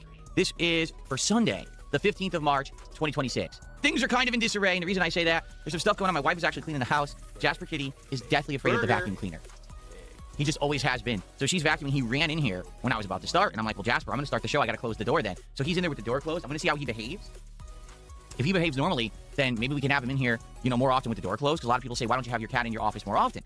That's the reason why. Usually when he's in here, if I close the door, he freaks out. So let's see what happens. I'm curious. If he starts falling the door, going nuts, I'll try to let him out. But the thing is, he doesn't want to go out because my wife's going all around the house vacuuming. He's like, oh no, it's a monster chasing me around the house. Anyway. I mean, understandable. She has fucking changed dramatically over the years, Cat. I hope you're all doing well. I'm back from my day off yesterday, and I'm ready for a 5-day streaming week. Burger. That's right. I said 5 day. So confirmed he's off on Friday. 5 days. Why 5 days this week instead of the usual 6? Well, to be honest, it's not a good reason. It's just kind of life. A bunch of stuff has backed up for me, which I now have to handle. And so I need to take an extra day off this week to go around doing appointments, working on taxes, and all kinds of crap that's not very fun. But it needs to be done. And I figure taking a whole day off to tackle it and do as much as I possibly can in the day is better than, say, me taking off a series of streams over several weeks where the schedule's all over the place. Let's just see if I can try to, condense it. So that's what I'm doing. And we'll see what happens with that. And I'll give you updates because I very well might need to take some more time off before the end of March in order to get everything done that I need to get done. But it's all good. 5 days of streaming this week, and this week is going to be exciting. Why? Well, first off, today, we're continuing with the very awesome and very highly successful indie game, Slay the Spire 2. Okay, I've now done 2 sessions of it, although admittedly, not normal sessions as I would like. I was supposed to have a major stream of this game on Friday, and then I lost power. We won't talk too much about that today, but it's very annoying because I played the game earlier in the week, and the premiere stream did great. We had high attendance, high support, and a high engagement. Everyone was having a great time with Slay the Spire 2. And then I was supposed to play it again on Friday, and as I'm doing the DSP morning show, the power goes out because we have 2 inches of slush outside. Not even snow, just some slush, which is absolutely ridiculous. I'm sorry. I know people are like, you're too hard on the people who run the things in your state, Phil. Well, maybe I wouldn't be so hard if I didn't live in Connecticut for 32 years of my life, where there's ice, sleet, snow, hail, hurricanes, tornadoes, and more, and usually the power doesn't go out for 2 inches. I could see if it was 2 feet, but for 2 inches, it's kind of unacceptable that people's power go out. Anyway, I digress, because the power was out for a couple of hours. My stream went down. I didn't know when it was going to go back up. I did get it back up by around 2 p.m., but we had lost more than half the audience. Originally that stream of Slay the Spire 2 that we had done earlier in the week had between maybe 250, 300 viewers, and then we had more on Kick. We barely had 150 on Friday because people didn't know I was going to be coming back from this power outage. So that's life, right? What can you do? But I'm excited today to do a major stream of it where we're actually going to play it for the entirety of the stream, having a good time. It's a great game. I can't wait for more. We're now playing with the Silent class, which is basically supposed to be like a stealth assassin that uses poison and weakness and other kind of status ailment stuff when they fight, rather than, say, the brute force of the Ironclad that we had done that first stream, right? So I am excited for today's stream. I hope that you'll stick around. It should be a really good one. And also this week, continuing RimWorld, right? We've also got some Dragon Quest coming up. We've got Street Fighter in a huge way, because I'm playing Street Fighter 6 all day Tuesday on St. Patrick's Day to celebrate the release of the new DLC character, Alex. And I've added some new animations today. The game that you fucking say you hate over and over again. The game you said the fucking developers of the game should fucking not have a job and be out of work. Okay. In honor of this DLC release. And so, if you gift a sub on Kick, or if you contribute with a smaller super chat, anything below $5, you have a random chance to get an Alex animation here on the stream. I added not 1, not 2, not 3, but 4 Alex animations for this week's DLC release. So that's pretty cool. You'll see those today slowly, I'm sure, as people start contributing to the stream. In the meantime, I removed the other Street Fighter animations that I had, so it's not like too much. Give me your money. Give me your money. But it's great. I'm really enjoying having all of these animations randomly, added and rotated around. I think it's very fresh. It's cool that every week I'm adding something new. Like, for example, next week I'll probably add spring animations, right? And then as I get towards that first week of April, I'll probably add birthday animations for my upcoming birthday celebration. So, good stuff coming. And I hope that you're all excited for that. Now, later in the week, we've got even more going on. Yes, sure, I'm continuing on with indies. We'll do an indies night, right? But the big thing this week that I think everyone's excited for, it's the impending release of Crimson Desert, okay? So, to give you guys some information and to be transparent about this, okay? Crimson Desert actually started as an MMO many years ago called Black Desert Online. This is an action RPG hybrid style game. Yes, it is supposed to be MMO, so you can think, oh, open world, combat, crafting, you know, traversal, mini games, mount. Yes, everything that you could think of, excuse me, in a typical MMO was in Black Desert Online. Not to say that it was like the best MMO ever, but a lot of people seem to like it. So what they've done is they basically like backwards engineered their MMO to make it a single player adventure game. Interesting. I'm not aware of anyone who took an MMO and turned it into a single player game after the fact. I've heard of people taking single player games and turning them into multiplayer games, but not the opposite. So there's been a lot of information about this game that's been released over the last month, 2 months. All of it's seemingly good, you know? Oh my god, the graphics are good. The mounts are interesting. This feature is cool. But the more and more that I keep hearing about the game, I have to wonder, what's the catch? If it has all these amazing, cool features, what's wrong with it? Because I'm so skeptical these days when these new games come out, right? It can't be the best game ever made, right? It can't. There's got to be a catch. There's got to be a shortcoming. Is it going to be that their story sucks? Is it going to be that the gameplay loop gets boring after 10 hours, right? Like, what is it? What's going to happen? Because something's going to happen to make this game not as good as it seems on paper, right? So we're all excited about it to see what it's going to be. It could very well be one of the best games ever released, or it could be a huge flop, or it could land somewhere in between. The game releases on Thursday. I'm absolutely playing it as much as I possibly can on Thursday. But there's a problem. This game is made by Korean game developers, and they've decided to do the weirdest release schedule ever. Instead of just doing a typical overnight release where, okay, it'll release midnight your time, which usually is what game devs do, they've decided to release this game worldwide at one time, and it's the weirdest time ever. It's not for you, baby, for fuck's sake. Oh, this is not good for me because it's the middle. It's 3 o'clock your time. Oh, that's not good for me. That's an hour before I usually end my day stream, and then I got to worry about din-dins. Hey, Moki's joining the stream. Hey, Moki, hope your stream went well, Moki. Good stuff indeed. Moki was streaming some gameplay earlier on. And then getting back in. It is good to see Moki get back into like daily gameplay again, you know what I mean? They're recovering from the surgery and all that jazz, you know what I mean? Of course, as well as that, of course, Moki being a mother, enjoying Mother's Day. It is Mother's Day today in the UK, you know? Sadly, I couldn't actually get home. I was planning to go home at some point this weekend to get to see my mum and give her a wee couple of gifts, whatever, but I'm not actually feeling well this weekend. I'm going to do that next weekend instead. Get back home and see her instead. You know, so yeah. Happy Mother's Day to all the mothers in the stream, if you are obviously celebrating Mother's Day like Moki is, so there we go. Oh, shut the fuck up! Alright. 3 p.m. my local time on Thursday. Now, as you know, my streams usually run from around 11:30 a.m. to 4 p.m. Then I take a break for uploading and for dinner, and then I come back and I usually stream around 7 p.m. till around 10 p.m.-ish, right? So how's that going to work if the game comes out at 3 p.m.? It's not. So what I'm thinking of doing on Thursday is something very different. I'm thinking I will start an earlier stream and hang out with you guys, probably doing a Level 1 podcast, recapping what happened during the week, giving some highlights, expectations of what we're expecting from Crimson Desert, and then once we hang out, I go offline. All right? And you know my podcast usually runs... Wait, what? Wait a second. Wait a fucking second. Hold on a second. No. Hold on a fucking second here. So he's going to start at his normal time, but after the podcast, he's going to fuck off. Am I hearing him right? 7 p.m. till around 10 p.m.-ish, right? So how's that going to work if the game comes out at 3 p.m.? It's not. So what I'm thinking of doing on Thursday is something very different. I'm thinking I will start an earlier stream and hang out with you guys, probably doing a Level 1 podcast. Start an earlier stream? Now, do you mean you're going to start earlier than usual, or do you just mean start your stream at a normal time? Recapping what happened during the week, giving some highlights, expectations of what we're expecting from Crimson Desert, and then once we hang out, I go offline. All right? And you know my podcast usually runs till like 1:30. So go offline for like an hour. Go have an early meal with my wife. So yeah, he's gonna end he's gonna start at the normal time, but after the podcast is done, he's gonna fuck off for an early dinner. They're gonna change their entire living schedule and eating schedule for this gameplay. Obviously, you can't call it dinner if you're having it in the afternoon. I guess it'll just be considered a lunch. Holy shit! The notion of lunch is so alien to him. I guess you can call it a lunch if we're eating at fucking like 1 o'clock in the afternoon. What sort of fucking name do you call this sort of meal? I believe it's called lunch. Lunch? I need to try some more of these lunches. I don't usually get to eat these fucking lunches. And then come back for 3 p.m. At that time, I will be playing Crimson Desert from 3 p.m. all the way through the day into the night. So basically, I'm going to get like 6+ hours of Crimson Desert in on one super concentrated gameplay stream. So I almost never do that, okay? But in regards to this game, it's the only way that I'm going to get a good amount of gameplay in of the game on release day, so I'm going to change the schedule up to do that. Now, sadly, I can't be here, on Friday to play it again, and that's kind of one of the tough decisions I had to make, like, when am I going to take this time off? And the thing is, I had to take some time off to do personal stuff, so hopefully playing it over 6 hours on release day will give us a good taste of exactly what the game is, so everyone's questions are answered, and then I'll be off on Friday, Saturday, and I'll return on Sunday to play it more, okay?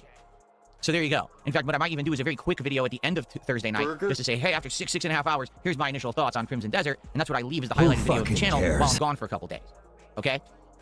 So we're getting a 2-day break from Phil. I feel like Christmas has come early. Friday and Saturday, there's no DSP whatsoever.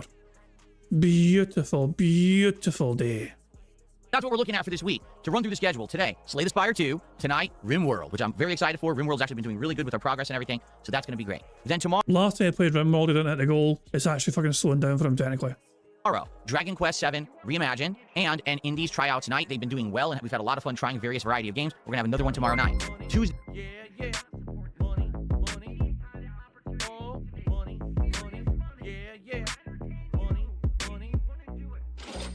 Pig Roach Philip tipped £1. Oh boy. Catherine, if only the world didn't have them yellows and urban people, and just had authentic Italians. Jesus. These Koreans are just throwing off my schedule.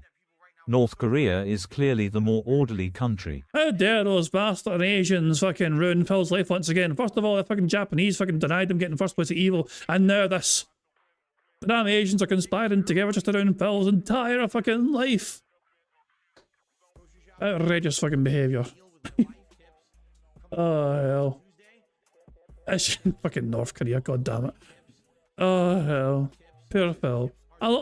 So Phil, Mr. I don't care about day one views and all that shit, is changing his entire life that day. He's going to try something unheard of called lunch. Just to play this fucking game as soon as it comes out and is available. And he's going to play for 6 hours straight apparently. You know? As well. It's like, Phil, you said that wasn't healthy to do, for God's sake. You claimed it's against, it goes against your health, for 6 hours straight. Oh my. The sacrifices that Phil makes for his audience. And to try and get those day one goddamn views. Well, thanks for that, though, Pig Roach Philip. And Indies tryouts night. They've been doing well, and we've had a lot of fun trying various variety of games. We're going to have another one tomorrow night. Tuesday, all day long on Tuesday will be Alex in Street Fighter 6. First, we'll do his combo trials and tutorial. Then we'll take him in the lab and practice some of his basic strategies, his bread and butter combos, etc. Then we'll take him into casual play online so that we can learn how to play against people. And then, hopefully by the end of the day, since it'll be a double stream Street Fighter 6 day, we'll be able to take him into his ranked placements and see where we place with this new character. So I'm excited for Alex all day long on Tuesday. And of course, like I said, we have Alex animations for contributions. So anyone who gives a sub has a random chance on Kick to get an animation of Alex. And if you do like a smaller super chat under $5, there's a chance that you'll get an Alex animation as well. All right? So good stuff. I'm excited for this week up to then. Then Wednesday, I think what we'll do is probably just a redo of today. We'll probably do more Slay the Spire and more RimWorld. And then Thursday is the Crimson Desert release, as I've explained. So it's a shorter week, and it's actually a really exciting week, is it not? Good stuff. Nope. Okay. So, good stuff, my friend. Hold on one second. Oops. Aha. Okay. So we got some contributions rolling in. Someone tipped $1 says, do some tier lists on Thursday. There are many pre-made ones on the website. Good way to build hype. Tier lists of what? Anything you're interested in. Oh my fucking god. So somebody suggest instead of him abandoning the stream after the podcast on Thursday, someone's trying to suggest to him, look, instead of not doing gameplay until 3 PM, how about you do a tier list thing to build up hype for, but Phil's like, a tier list of what? Do you really have to ask, Moki? Do you really have to fucking ask? Let's see if I can find an appropriate fucking sound clip for this. Shut the fuck up, you cunt! And that kind of works in all sorts of different ways, yeah. But yeah, Jesus, man. He really is. That's fucking dense. Your opinion is valuable. Also, don't skip Friday. You'll kill hype for the game, move days around. I can't. It's called life. When you have a life, sometimes life, has to take control, and in this case... I love how Phil's implying the person asking this question doesn't have a life. He's so basically his answer is trying to imply this person that's giving them money does not have their own fucking life, so doesn't understand how life works. Around, I can't. It's called life. When you have a life, sometimes life, has to take control, and in this case, I have things that have been backed up that I haven't been doing that have to be worked on. I cannot be here Friday or Saturday. It's that simple. There's no way changing it. There's no getting around it. That's just life. I'll be back on Sunday. Thanks for $1, but I have no idea what you're talking about with tier lists, right? Someone tipped $2 as you mentioned your wife doing house chores, cooking, cleaning. Does she take care of the entire condo? She does a lot of the major work. I help her. Like, for example, this morning as she was cleaning downstairs, I helped her a lot while she was doing it and while I was having my breakfast. Oh, fucking shit. I just sat in your arse like I'm telling her where to clean. Breakfast, like, oh, eat my breakfast, drop it, go help her with this, then go have some coffee, oh, then go help her with this. You know, I help while I can. The thing is, I'm in here streaming quite a lot, so if I'm streaming, I obviously can't be helping her with housework and stuff, right? You set your own schedule. You dictate your own schedule. Oh, exactly. I can't name a single thing he's actually done to help. I helped. I was there. I supervised. Jesus. Ghost of Derridge tipped £1. Ah, fuck off. I only miss the least important meal of the day, which is dessert. Because it gets in the way of my scheduled goon, I don't need artificial frosting when I can produce my own. Jesus! Fuck off, Derek, you creepy bam. Jesus, that's too fucking much. It's kind of funny. I was regretting food talk, but now I'm not hungry. Although having said that, yeah, I shouldn't admit this, especially with fucking Mookie around, but I've not yet had dinner. Because I've not been feeling too fantastic this weekend, you know what I mean? I've not managed to eat yet because I was like, you know, just not very feeling great. So yeah, but now I'm starting to feel a bit peckish, slightly. Mookie, don't you fucking dare ruin that and try and make me fucking hungrier. Derek is losing gallons to desserts, Jesus Christ. Mookie, don't you fucking dare. Don't you fucking dare. Primarily, she does most of the cleaning around the house. I'm ignoring Discord. I'm just telling you right now, Mookie, I'm not going to look. That she can do. There's stuff she can't do because I can't reach it or lifting heavy stuff. I do all that. Hold on. hold on. What do you hear Phil try and explain what he does around the house? She was doing it, and while I was having my breakfast, like, oh, eat my breakfast, drop it, go help her with this, then go have some coffee, oh, then go help her with this. You know, I help while I can. The thing is, I'm in here streaming quite a lot, so if I'm streaming, I obviously can't be helping her with housework and stuff, right? Primarily, she does most of the cleaning around the house that she can do. There's stuff she can't do because I can't reach it or lifting heavy stuff. I do all that. And she'll wash clothes, and she cooks. Yeah, she takes care of the house stuff, which is great. So what do you do, Phil? That she does that because she's much better at it than I am. Meanwhile, I don't do the chores because she's better. That's just not. Is it not? Oh my god. Oh my fucking god. She's much better at it than I am. So you don't do it because no. Phil, then get better, Phil. Get better at doing these things. Look, it's something you fucking should do a lot more of and be more conscious of. Fuck's sake, Jesus! Christ! God damn you, Mookie. God damn you, Mookie. Thank you for tipping super chat. Mookie says, food glorious, food fucking. I even sang it. But I was gonna say though, yeah, you evil fuck. But yeah. But as I said though, like, just because somebody's better at doing particular chores doesn't mean you fucking just neglect not doing your fair share. Look, it's a two-person household. You've got to fucking pull your fucking weight and help each other out, maintain that fucking household. And I'm saying that as somebody that didn't do that enough myself when I was living with my partner before. And I'm trying to get better at fucking doing these household things. You know what I mean? Like, so living by myself ever since like November or whatever, you know what I mean? Also, it is ingrained the fact to me, you know what I mean? I've got to fucking, even though I know how to do things, it's like, you got to be fucking more conscious of doing it, and if something needs done, fucking do it. But Phil's, I don't know, it's just fucking mental to me, it really is, you know. Oh, shut the fuck up!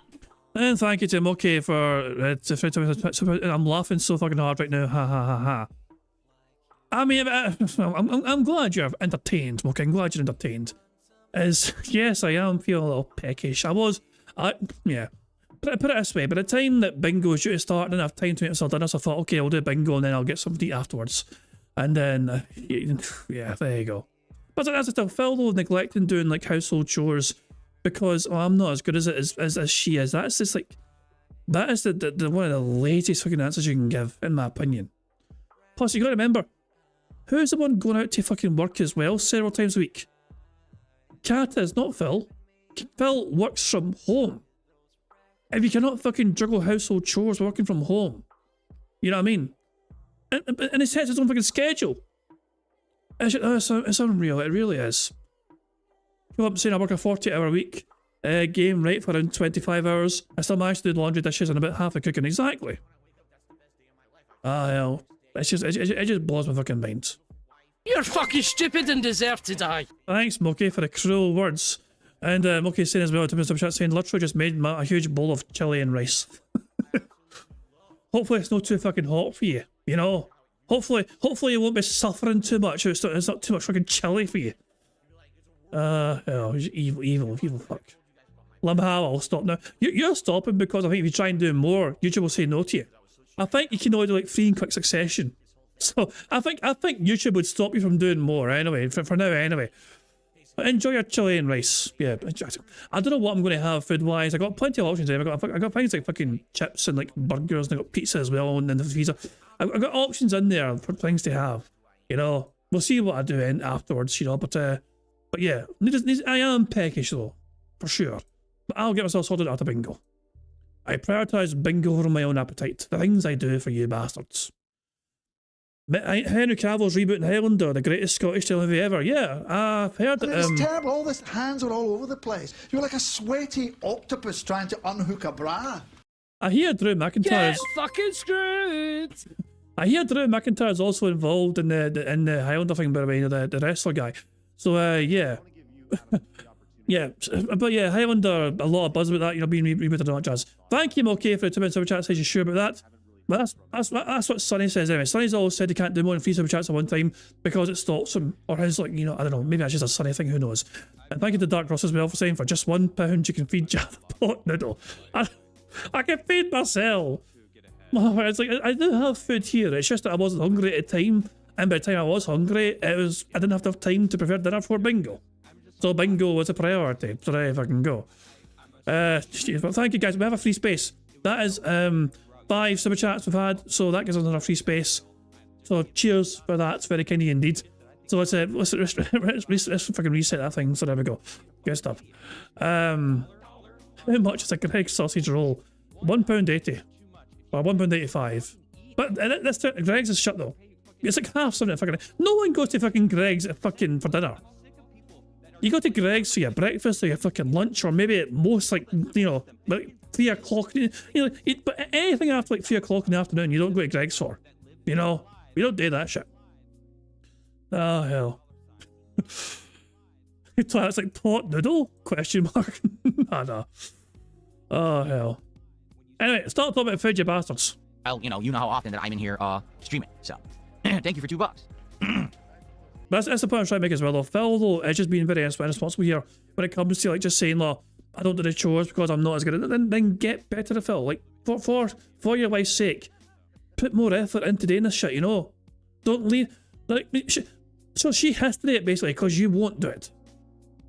Sounds like kind of shite to me, you know what I mean? No wonder she's fucking depressed as fuck all the time and, like, you know, stuffed her face full of fucking potatoes. You get a question for a long time. The one unanswered question is what caused Cat's dramatic change in size to go from looking relatively healthy and normal looking to fucking turn into like fucking, you know, Jabba the Hutt or whatever. And like, Phil would naturally try and blame the tractors, but she was never a part of fucking content. Her living there has damaged her dramatically, psychologically, to the point where she was like, but of course, living with Phil has nothing to do, not Phil's fault. Why would you blame Phil for that sort of thing? No, heaven forbid it's fucking Phil's fault for whatever fucking reason. Hey, Ramon Sanchez, how you doing? Hope you're doing well. And yeah, okay, I know, sore topic for you, I know, Mogi, I won't get you started on that. Sore topic for you. We'll just crack on with bingo. Okay. This bingo background image always kind of makes it look like he's holding up his tits. It's an old image, but yeah, it's a very interesting freeze frame for the bingo background picture. All right, so one other quick thing that I want to talk about before we just kind of chill, because like I said, this podcast, I'd much rather just have it be a more laid-back show where we can talk about topics that you want to talk about, and then when we're done with that, we can see if we want to end it early to play more Slay the Spire or whatever. So before we get to that, I wanted to talk a little bit about Slay the Spire 2, but let's go. Let's say hello to everyone this morning. How's everyone doing this lovely Sunday? Who do we got on the YouTube side? We got Pizza Time, GBA, Dab Hands. Let's see here. Grandmaster Scrub. King Michael's here. What's up, King Michael? King of the Void, how are ya? Let's see. Rose Diamonds, how are ya? Caliban, what's up? Ramza, what's up? How you doing? On the kick side, who do we got this morning? We've got username already taken. Robust Eggo Waffle Breakfast. Now, that's a hell of a name, and that's someone who already had a name and must have changed their name. So I don't know who that actually was beforehand. Asmagol Spoons is here. Omega Sauce is here. DSP for Prez is here. turkey infused pasta. Ooh, they're here. Stop fucking having food names. And more. How y'all doing? Good morning, everybody. Welcome to the show, and welcome to some chill vibes here on the channel. So, the only other thing that I really want to talk about before we get to like Q&A and just hanging out, Slay the Spire 2 is crushing it, particularly for an indie game. Sorry, I'm looking at Jasper. For an indie game, okay? Slay the Spire 2 is doing incredibly well. It has sold over 3 million copies. Interesting number.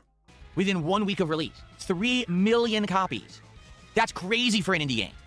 That's incredibly high sales numbers for an indie game. And it's in early access. It's not even fully released, and it sold 3 million copies, okay? Hence why, when we take a look at this screen, it makes sense that it's still getting a peak of over 500,000 players a day. Oh, Omega Sauce, thank you for the gifted sub, and we got our first Alex animation of the week right there. Thank you so much, Omega Sauce. In fact, let's just get down the leaderboard now before I forget. That's our first sub of the week.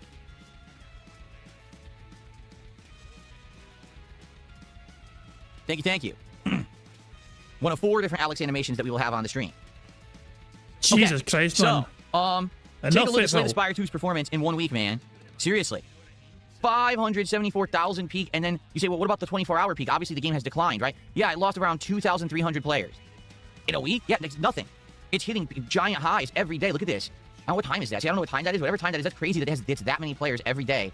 This giant spike of players. Well, but confused with the UTC time zone. I've heard it so mad sometimes. Is it Universal Time Central or something? I don't know. So by the way, for the record, yeah, it's crushing sales numbers. It's doing tons of profits for the company, which is great. As you know, I've done 2 sessions of it. I love it. Can't wait to play it more today. This is a really great game for right now. Now, the question is, how much content does it have because it's early access? I don't know. I've only played with 2 of the heroes so far. I think it has, what, 5 or 6? So we'll have to see as we get further in and we do more runs, how much more exciting it gets, or are we going to hit a wall where we run out of content because it's early access? I don't know. Right now, it's going very strong, so I'm going to keep it in the rotation for now because I really like it. Obviously, I want to keep playing, try new heroes, try new builds, try new strategies, and just keep going for now. But maybe at one point we'll run out of content and we'll have to put it on the shelf until there's more released, in which case we go back to it, right? So the only thing that I wanted to show you, basically, while Slay the Spire 2, which released on exactly the same day as Marathon, has retained its number of peak players, sadly, Marathon is not. Marathon is losing players every day. It started with an all-time peak of 88,000. Only about a week and a half into its release now, it is down to around 50,000 a day. And it's a multiplayer game. So I want to make this clear. This is a game that should have more players. And it's just not. Now, the weird thing about it is there's been no... What sort of logic is that? What sort of logic is that, Phil? It's a multiplayer game, so it should have more players. No, that's not... That doesn't apply to me, logically. Official announcement from Bungie, but the rumors on the internet are that it sold around 2 million copies, okay? Which for Bungie is a good amount, but I do have a question, okay? If 2 million people bought Marathon, where are they? If 2 million people bought this game, why is it that 1,900,000 of them aren't playing it? If you have 230,000 subscribers, why do you only have 186 people watching YouTube? Where did they go? I find it hard to believe. Now, perhaps, and this is a strong perhaps, they're all on console. Maybe? If you really want to believe that 1,900,000 people bought the game on console exclusively and not on PC, and that's why the Steam numbers look like this, I don't know. I find it, I'm very skeptical, okay?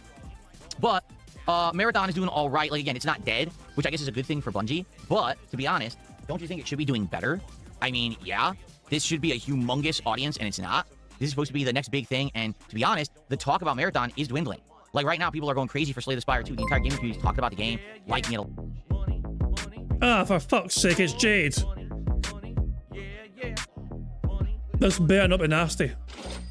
Squeaky wheels, Jade tipped £1. Run, Mookie. Squeak, squeak, squeak, squeak. Run, I Mookie. went cranberry harvesting with my moon. No need for a floater, though, because my wet turd-filled adult diaper kept me afloat. But now the berries are red and brown, and a bit yellow too. Jesus! Fuck out of here! Move this man! Stupid fucking cunt! Thanks, Jade, you creepy little... Jesus Christ, man. Why? Why? Well, thanks for the tip, though. Jesus. You're ruining Mookie's dinner. Congratulations. Fucking hell. How's that chili fucking working it for you? Talk about Marathon is dwindling. Like, right now, people are going crazy for Slay the Spire 2. The entire gaming community is talking about the game, liking it a lot. Marathon, it's slowing down. You're seeing less talk, less buzz. The word and search is way down on popularity. You know what I'm saying? So, yeah. I don't know what's going to happen with this game for a game that's supposed to be, you know, always playing online. Oh, you know, it's really not doing that well. all right? And for the record, just for direct comparison, Arc Raiders keeps having 185,000 players at all times. So, I'm just saying. Now, yeah, Arc Raiders has a lot more hype behind it. Arc Raiders has been out longer, but I'm just saying that's their direct competition is doing 3 times better than that. So, I guess we'll have to see what happens in general over time, okay? Come the fuck in or fuck the fuck off. Thank you very much to Big Dave for becoming a bingo baddie. Very kind of you indeed, sir. There we go, good stuff indeed. Big Dave, oh, I don't know, you meant to pronounce the zeros as O's. I'm going to do it anyway. Big Dave O has become a bingo baddie. Very kind of you indeed. Alrighty, so Jasper Chitty, you want to leave? I'll open the door for him now because now the vacuuming sounds like it's done. Run for your life, Jasper. Get away from the bad man.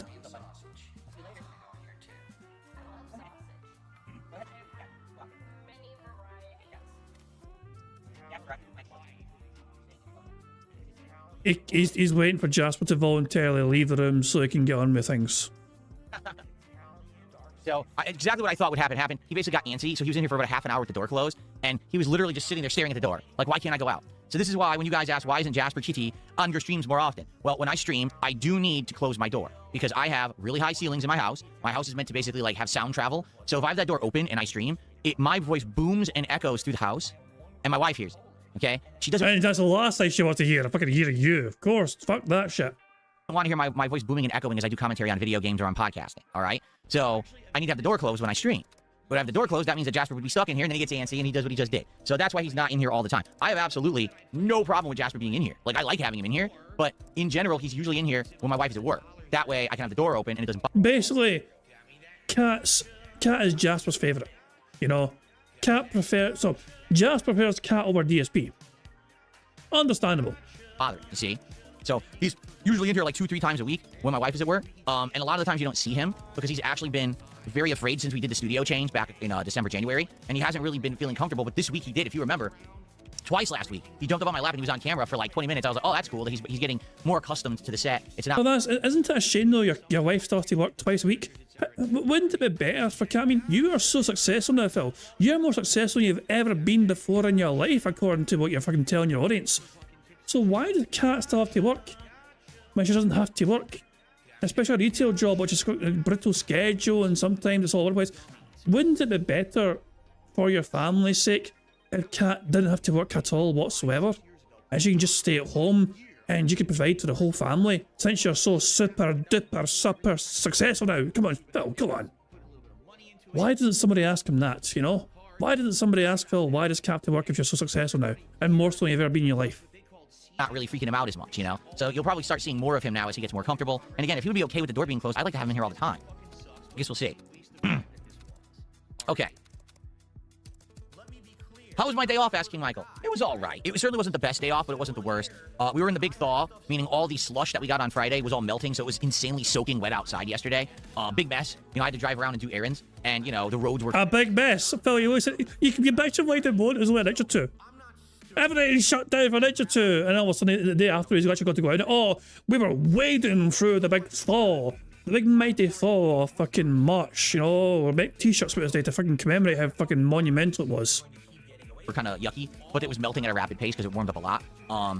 You know, in general, just a relaxing day with my wife. We watch a lot of interesting videos from people who do those kind of like walking tour vlogs of places, and we've been trying to look like internationally. Hey, honey, we don't need to fucking go on vacation. We can just go to YouTube and fucking let it do it for us. There is actually a website. I can't remember what it is. I can't remember what the website is. It's so shit. I've seen it recommended for you. You know those YouTube shorts. Like, you know, if you've ever been scrolling YouTube shorts, and it's that guy goes, powerful websites you should know, that kind of fucking thing, you know. And one of the websites was like some sort of thing where you can actually pick where you want to fucking go around the world, and they'll have some like fucking video of it either driving through an area or walking through an area, you know. I can't remember what the website is called. I mean, honestly, I seen it in YouTube shorts ages ago, and I thought it is fascinating what sort of things you can find on the internet to kind of cater to that kind of very thing. You know what I mean? But apparently it's some sort of fucking place you can go to where you can actually like pick your place where you want to like navigate around, you know?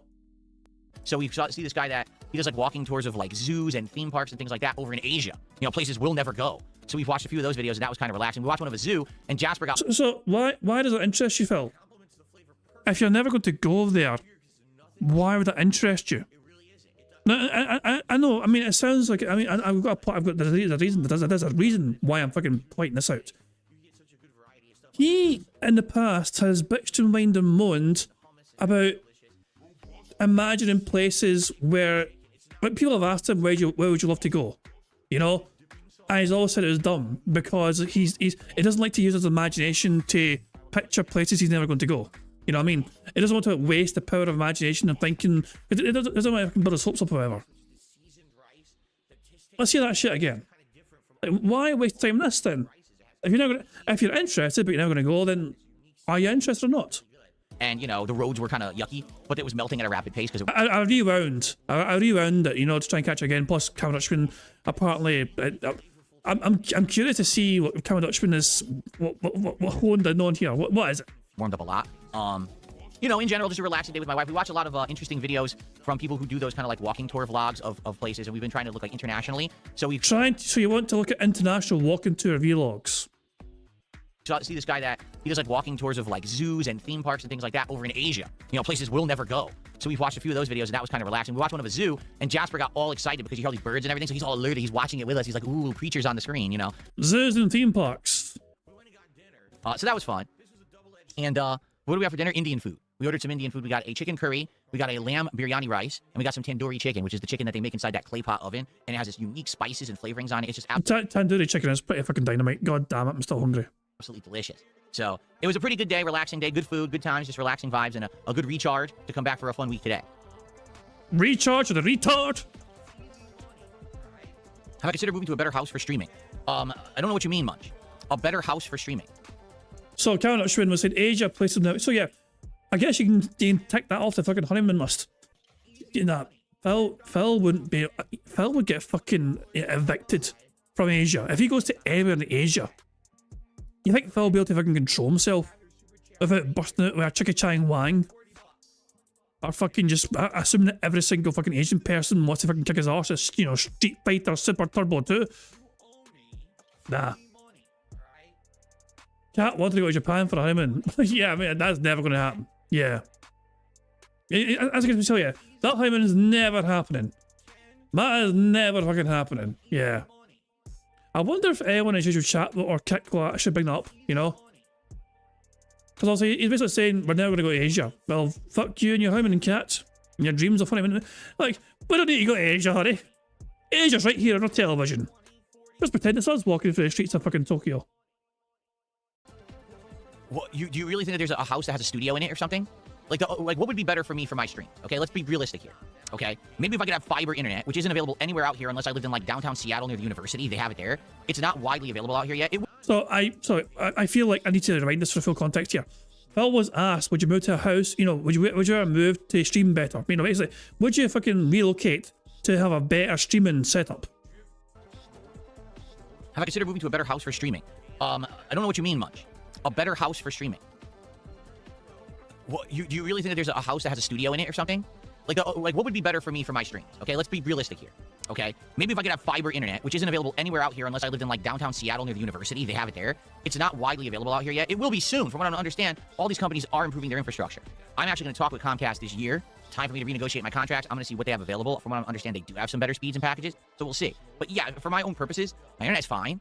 Don't really foresee myself needing better internet or anything like that. In reality, I would say either a house that has central air. 5 in a row. That's concerning. Air, so that I can actually regulate the temperature in my studio on days when it would be super warm here, right? Or a room that's slightly bigger with better filming angles. To be honest with you, this room does have better filming angles. The wall over there is better, okay? If I were to rotate my entire set around to that back wall over there, and I had all my soundproofing over there and all my lighting, it would look better over there. I know it's a bigger wall. I'd have more space for the desk. I'd be able to move in and out more easily. I could have the cameras actually further back, probably. Yeah, it would be better if I had it angled that way. And honestly, now that I have this different setup where now I'm playing on monitors instead of TVs and everything, it's doable. I would have to rearrange the entire room. It would take a lot of work, but I could do it, okay? So I would just say a slightly bigger room would be cool and having central air. But is that worth moving? No. It's not worth moving from house to house, especially in a market like it is right now. You know how insane it is right now. The pricing on homes and everything is wild. So, no, I'm not looking to move to have a better filming setup. I'm good right now. And to be honest, within the next month, I will likely be putting in my air conditioner. I just have to because it's gonna start to have warmer temperatures, sun all the time. It's gonna be too hot in here. I'm gonna need to be able to cool down daily. So, have I caught up on the new season of Netflix One Piece yet? Do I have thoughts? I've watched some of it. It's great. It's just as good as season 1. It's very fast moving. Like, they're doing entire story arcs in like one episode. It's just crazy to me because I remember watching the anime. They were like, damn, this took like a long time to get through, and they just turbo through it. The story beats so fast. So I hate to say it, I do feel like the impact of certain characters is lessened when their entire arc is 20 minutes versus like 7 episodes. Do you know what I'm saying? But at the same time, this is probably the best way to go about it for mainstream audiences that aren't used to very long-winded anime. Let's be honest, anime tends to have tons of filler, going over the same things over and over, very long-winded dialogue, a lot of excessive extra content, and this show cuts all of that out of there, all of it, and just gets to the point. That's good, except then when a big impactful moment happens, it's like, oh, well, it's impactful to me because I watched the anime. So I actually know that this is like a really meaningful moment. But for the people just watching the show, I don't know if it really has as much impact, you know what I mean? But outside of that, it's pretty good. You know, I'm not gonna lie, I'm enjoying it. He cannot stop fiddling with his fucking dumbass collar. Holy shit, man. He feels, he looks so uncomfortable in his own clothes. It's so weird. I'm liking the show, and I look forward to finishing the season, and maybe I can give you my whole thoughts on it, but I haven't gotten through it yet. Okay? Why won't I ever go to Asia? That's not that I won't ever go to Asia. It's just unlikely. Like, if I were to go on a vacation, I'm probably gonna go somewhere in the United States where it's cheaper and easier to get there. But Phil, what about Cat's desire for a Japanese-style honeymoon? As opposed to flying across the entire planet, where it'd be way more expensive, way more time-consuming, way more of a hassle, you know? Just saying. Like, it's not that I'm against going to Asia, but it's more feasible to do stuff more local, or at least within the contiguous United States, you know what I mean? Japan says, please, somebody. I hope to fuck somebody in this fucking chat reminds him that Cat always wanted to go and have a honeymoon in Japan. Please have somebody fucking remind him of that. He meant a house that sound doesn't travel in, so you don't need the door closed. To be honest, that wouldn't be a good house for streaming. Like, if you're, think about it this way. You're in a room, this is your streaming studio, right? You need it to be a room that's spacious, because you want to have room to be able to maneuver your set, get around, have a bunch of equipment. Especially with me, my problem, one of my major problems is I have 2 PCs, 2 monitors, 2 lights, 2 cameras, 2 keyboards, 2 mice, the rolling bridgecast, the microphone. Yeah, Phil, you created this issue though. You created that exact scenario. So I have 1 PC for streaming. I've got 2 monitors and 1 PC and a microphone. I have and this is also my work area as well. The work it doubles as a work area. You know, you don't need all that shit, in my opinion. You know, you've gone excessive. You think more is better for some fucking reason. I've got all this, so more is fucking better. That's not what makes it a quality stream, for fuck's sake. You know, quality is not how much you can spend on it, but it's fucking how entertaining the content is in the fucking first place. Like, Phil made it big as a content creator way back in the fucking day. Because he had a camera pointed at his fucking television set. Phil, at the height of Phil's popularity, what made him fucking big and prominent? Effectively, it was him fucking doing things in a fucking low budget way. In a lazy fucking way. And it fucking worked though, way back then. It fucking works for him. Not now, but back then. This, I can keep going, and all of that generates a ton of heat. It makes the air kind of dry and stagnant. It makes it, how can I say? You just know, like if you go into a Dreamberg, you're fantastic. If you ask Phil, wasn't it? If you get a chance to Dreamberg, okay, Dreamberg, you got a fucking job here. You know, you're the mole, because Dreamberg also is in Phil's chat sometimes. You've got to ask Phil. Didn't Cat want to have a honeymoon in Japan? Phil is saying that he's unlikely ever to go to Asia, whatever. I can't see any reason why I should go to Asia, even though Cat wanted a honeymoon in Japan. You know? So that's your job. If no one else asks him, it's your job to fucking ask him. How you doing though? As soon as Dreamberg says hi, it's like, you stay there, ask the bad man questions. Poor Dreambergs are saying hi and I'm fucking giving them fucking like jobs to fucking do or tasks to do. Computer room in school, in a college, right? It's got that weird vibe in the air. That's just what happens when you have a lot of electronics in a confined area, right? So you need to have space for that. You know, like you're not supposed to have that in a closet. You need to have that in like an aerated area. So the bigger the room, the better. But the bigger the room you have, the more echo you create. You know what I'm saying? So, and let's be honest, a residential house is not built for soundproofing. It's just not. It's meant for, you know, people to live in normally, a bedroom or whatever. When they built these homes, they're not thinking about, oh, how do we make it so that sound doesn't travel? So, boo! That's correct. Let alone the insane amount of heat generated by my 4 wrist rests. Because I have the wrist rest here for the keyboard, the wrist rest for the mouse, the wrist rest for the keyboard, and the wrist rest for the mouse. You guys have not actually seen the final setup. I never took a picture or did the tour once this was fully set up completely. So you don't even know what it looks like. It's crazy, man. Let me tell you. Everywhere I go, my wrists are rested. Any position, my wrists are fully rested everywhere. The chair here is resting. Here it's resting. Oh, I have the most comfy wrists of any streamer. It's all awesome. Okay. I could. That is true. I have so many wrist rests. I could have a wrist rest for my wrist rest. Like, I could do this. Ready? See that? No, so now funny. my wrist is rested, but the wrist rest is also rested. That's a good one. I didn't even think about that one. Now we're talking. Now we got some exciting ideas going on here on the show. That's why I do the show every day, because you guys share some of the most big-brained ideas I've ever heard. Thank you so much for that one. Okay.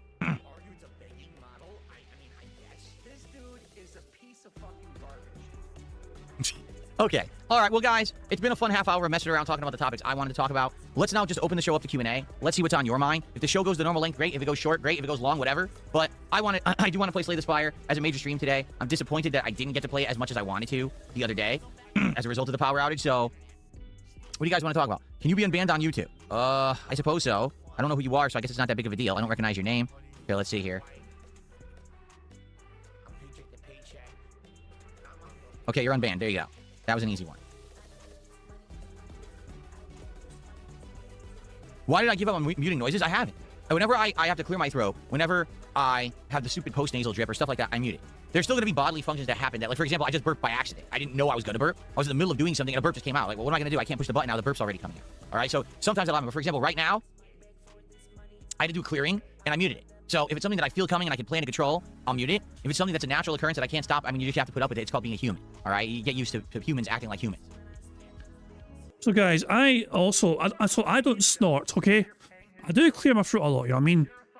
But how often do you guys hear me do some bodily functions on fucking microphone? Hmm? You guys ever heard me like fucking fart profusely or fucking belch into the microphone or whatever, you know, just, you know, I intentionally do my absolute best to fucking not do that, to fucking make it as pleasant an experience for you guys as possible audibly. When it comes to me fucking saying things or whatever and transmitting stuff down the fucking internet, you know? They can't want to fucking hear me fucking fart and burp and belch and all that shit, you know what I mean? Nobody wants to hear that ever, usually, you know? Show us your best stripper. I can't do it on command, you know? I'm not Peter Griffin, you know? Oh, the Oscars are tonight? Boy, am I glad I don't care. I don't give two shits about the Oscars. I never have, I never will. I am not watching them. I'll be streaming RimWorld tonight, so I hope you guys... Well, you did care when you out-ratioed the Oscars before. Yeah, you made like a song and dance, but fucking out-ratioed a tweet before relating to the Oscars. You'll join me for that. Oh, really? Well, happy Mother's Day in the UK. I did not know today was UK Mother's Day. To all the mums out there, good work raising your boys and your girls as responsible members of society. For those who did. Who didn't, well, how dare you, shame upon you. You should have done better.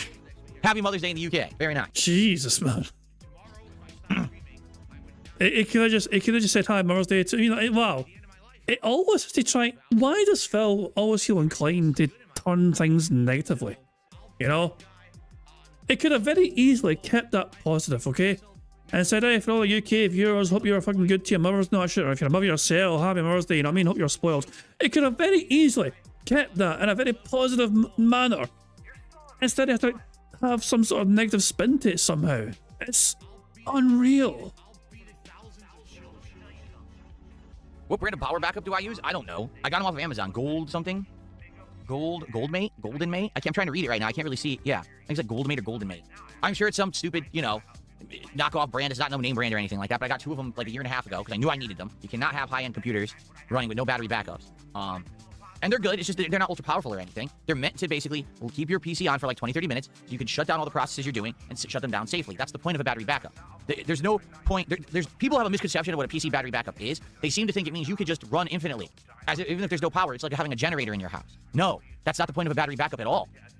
It's supposed to be a fail-safe. So if your power suddenly turns off like this, it doesn't shock your computer and destroy your computer because of the surge, and it's also supposed to prevent you from losing your work. Like, let's say you were in the middle of a big... Oh, there's actually some lore to this. So Phil, the reason why Phil has these fucking battery backups is because when he was still living at home with his fucking parents, before he got his own place, way back in the fucking day, you know, he didn't have a battery backup.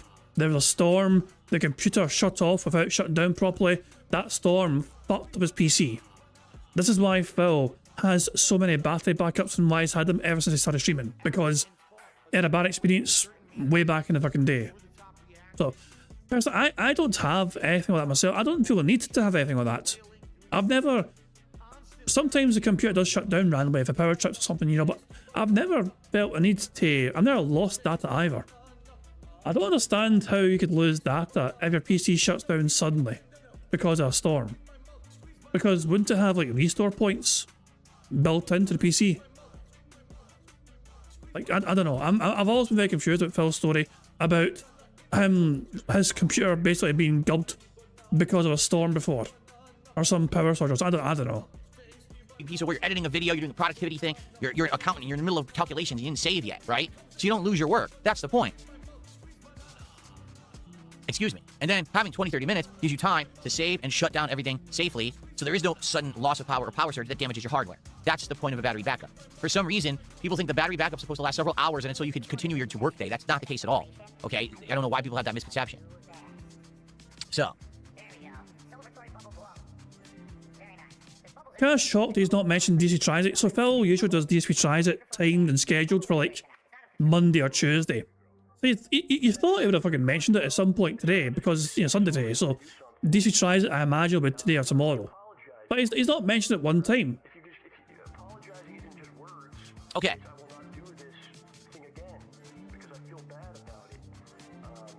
Yeah, it was weird because Friday, you know, I streamed, it was about 30 minutes, I want to say. I streamed 30 extra minutes even when my power was out, because that's how long my battery backup lasted. And then people were leaving comments on the video, what kind of battery backup dies within 30 minutes? All of them. Like, literally all of them. That's the point. It's not a generator. If you want to spend $1,000, you could probably get a generator for your house. You know what I mean? Like, that's not the point.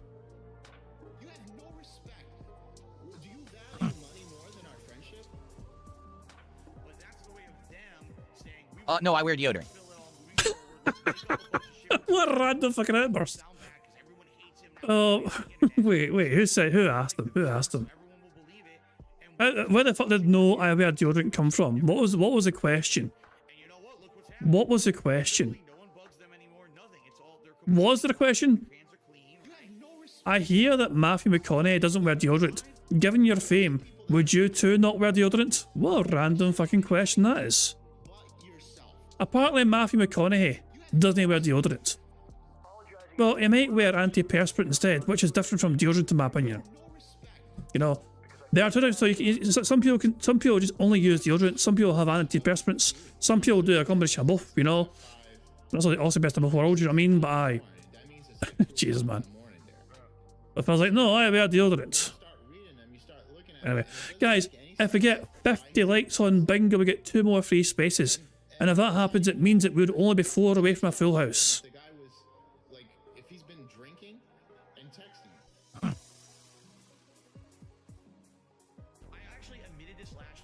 No, I wear deodorant. I very much enjoy wearing deodorant and not stinking and sweating in the armpits. Yes, I wear deodorant. Any JRPGs I'm interested in for the future? Well, as you know, right now we are doing Dragon Quest VII Reimagined. Sadly, once again, we have another week. I can only play it once. And this means that this playthrough is going to be like forever going because we're not playing it that often. Sorry, I keep getting a tickle in my throat today. And because we're not playing it that often, we're not making much progress, okay? So, I want to be making progress just like all my other playthroughs, but, you know, it's life. Things keep happening, circumstances keep happening, new games keep coming out, and this thing keeps taking a backseat to everything else. Once we're done with Dragon Quest VII Reimagined, you know, I don't know what I want to play. I would maybe want to do like a throwback. Like maybe I could play like Final Fantasy VI from the Pixel Remaster collection, or maybe not. I have no clue. And I also don't think we would be jumping directly into it right away, because once you do a lengthy JRPG, you don't immediately start another one, right? Okay. Mike Kelly, thank you for 18 months of support. Now that you've been unbanned, I appreciate that. Thank you so much. Speaking That's why I unbanned him. That's why I unbanned him. Because I was wondering why he's so fucking eager to fucking unban somebody.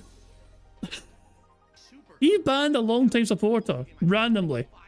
But I don't know why. Oh, I'll give you money if you unban me. Okay, then fine.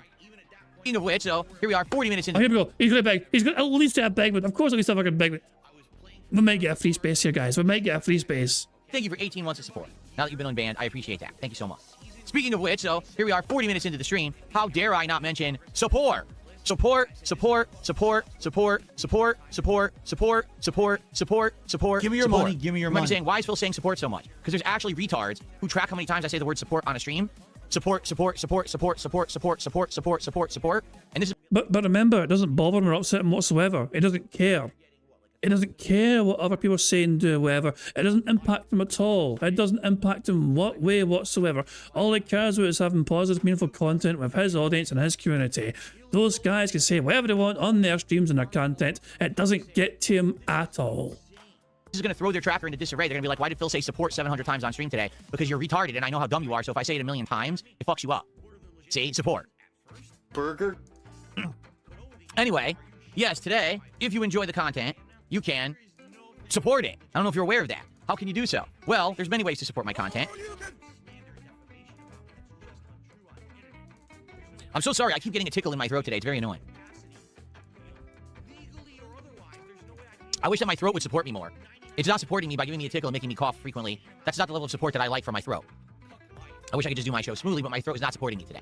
Anyway, so if you like my content, there's many ways that you can support it, all right? First of all, if you're here live on the stream, as you can see, we have over 220 viewers on YouTube alone. Please give the stream a like. Liking the content on this channel, whether it's the live stream or if you watch this on demand after the fact, helps with engagement. Engagement is a critical factor and metric on YouTube. The more engagement that you have, the more YouTube tends to recommend your content to the rest of the people on YouTube. So I'll show up more in related videos, suggested videos, in the algorithm if you like the content. So if you like the content, please click that like button. Now, engagement is also critical, meaning talking in the chat, interacting with me as I play the game today, leaving comments on said videos about the gameplay. All of that, okay? So that's pretty cool. Please, leave comments and engage. It's awesome. It makes it more interactive and more fun to begin with, but I appreciate all of your commentary on my content. I read all your comments, and it helps me a lot with a lot of different kinds of games that I play, okay? Now, outside of those free and interactive levels of support, you can also support the content via contributions. How can you do that? Well, if you're on the YouTube side, you could send a super chat, or you could send a tip via PayPal, or you could become a member or give some memberships to the community. If you're on Kick, you can send some kicks my way, or you could become a subscriber to the channel, or you could possibly give some subscriptions to your fellow viewers. You can also send a tip if you're watching on Kick. So there's many different ways that you can support the content, and if you support the content today, I will give you a shout out, okay? We have animations that play. I have a leaderboard that I update, and I would very much appreciate support so that I can keep stuff going around here. And thank you to those who have been supportive recently, because your support has allowed me to buy a bunch of games, to do upgrades to the setup, and in general, just to do whatever we want to do on every single given day, right? There's no limitations. I'm like, oh no, I just can't do this today. Hey, we do Indies night, I'll buy a whole bunch of games, right? Which is awesome. So, please, let's keep that going, and thank you in advance to anyone who supports the content today. I very much appreciate it. Particularly, here we go, we have Noob Gaming Boomer, who did a $5 super chat. Thank you to Noob Gaming Boomer. Let's see what they have to say, but let me get them on the leaderboard first.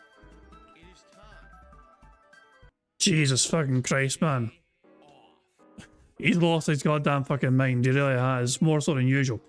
Cam Dutchman says, I don't know if you agree, but ALT is arguing that DSP is trying to hit a daily quota, saying retarded at least once or twice a stream. Some sort of delusion to appeal to Asmongold leftovers. Interesting in theory. Personally, I don't think it has much to do with Asmongold. The thing is, though, Phil's been saying it ever since the Kino guys were around again. Like, Phil stopped saying it until he started being around the Kino guys, and then he basically felt free to use it then again, if that makes sense, you know? So it kind of predates Asmongold. So, for him starting to use it again as a term, you know? But, are they trying to appeal to the leftovers, perhaps? It's very possible, of course, who knows? Phil is desperate for all sorts of fucking ways, you know, if his minimum effort and potential money can make from it, then yes, he's going to try it. But there you go. So, who fucking knows though? Apparently we got 50 likes. Kyle's saying we got some siders. We have 50 likes on the bingo. Fantastic stuff indeed. That gives us 2 more free spaces. So let's get those 2 free spaces added. We're up to 5 free spaces, and of course to celebrate getting some more free likes and sorry, free spaces on the stream. Thanks to you guys liking the stream. We shall celebrate with the Balls Animation member, supremely talented Pixar Animations, to celebrate getting 50 likes for the bingo. Remember, keep 9 at the bottom right for Jasper to do his thing. Fuck him up, Jasper. Good cat. 50 fucking likes. We're 3 away from a full house as things stand. We're very close to a full house. So on the brink of a full house here. Okay. So Noob Gaming Boomer says, are you going to do IRL streams? That would be cool to see the snow or to see Seattle, maybe visiting arcades or thrift stores. It would be good content. Ideally, I think long-term I would like to do something like that. Now, it would not be something I would ever announce, because, you know, the moment that I announce it, people would try to mess with it, you know, and that's stupid. I'm not saying people would try to show up IRL and mess with me. I'm saying people would do stuff remotely, like try to call the store, say there's a bomb in the store, you know, dumb shit like that, because that's how they are. They're just mentally challenged people who think that that stuff's funny when it's not. So, I'm not against doing IRL content in the long term. Just that this year, I haven't had a chance to do anything yet. Like, really, I wanted to. I wanted to do stuff, and it just hasn't come together. Notably, as I've told you guys behind the scenes, some of the stuff that we're attempting to do is redo our house. We're trying to do like cleaning. We're trying to do rearranging and reshuffling. We're trying to make it so that rooms and areas that have not been used for years are finally going to be used for useful stuff. We already completely cleaned out our garage, but now we need to power wash it when it gets warm enough. We have 2 rooms that we have deep cleaned, but now we have to do measurements. We have to see what can fit in here realistically. What can we use this room for? Can we get an exercise machine? Can we get like a piece of furniture just to relax, you know? Stuff like that. And we're working on it. A piece of furniture just to relax. Isn't that what the fucking living room's for fuck's sake? So that's kind of our focus right now. But long term, I am interested in maybe doing some IRL content, going out for a nice day with the wife and filming a couple things, going to a restaurant, doing an in-person, food review for DSP Tries It, stuff like that. I would love to do. We just haven't really gotten around to it yet. It's just how life is. You get busy, and the next thing you know, some stuff that you were thinking of doing kind of gets put on the back shelf, and that's kind of what's happened with a few different things with us. It's like we wish by now, quite frankly, we were hoping that the whole redesign of the stuff in the house would have been done. We would have had an exercise machine, all that, and it just hasn't happened yet. We just get too busy all the time. And now, having to take days off from streaming in order to do other crap also just it impacts all of this, right? So it is what it is. But long term, sure, we probably look to do some content like that, but I wouldn't tell you about it ahead of time, to be honest. It just doesn't make sense to do so because you don't want people to mess with you, right? Okay.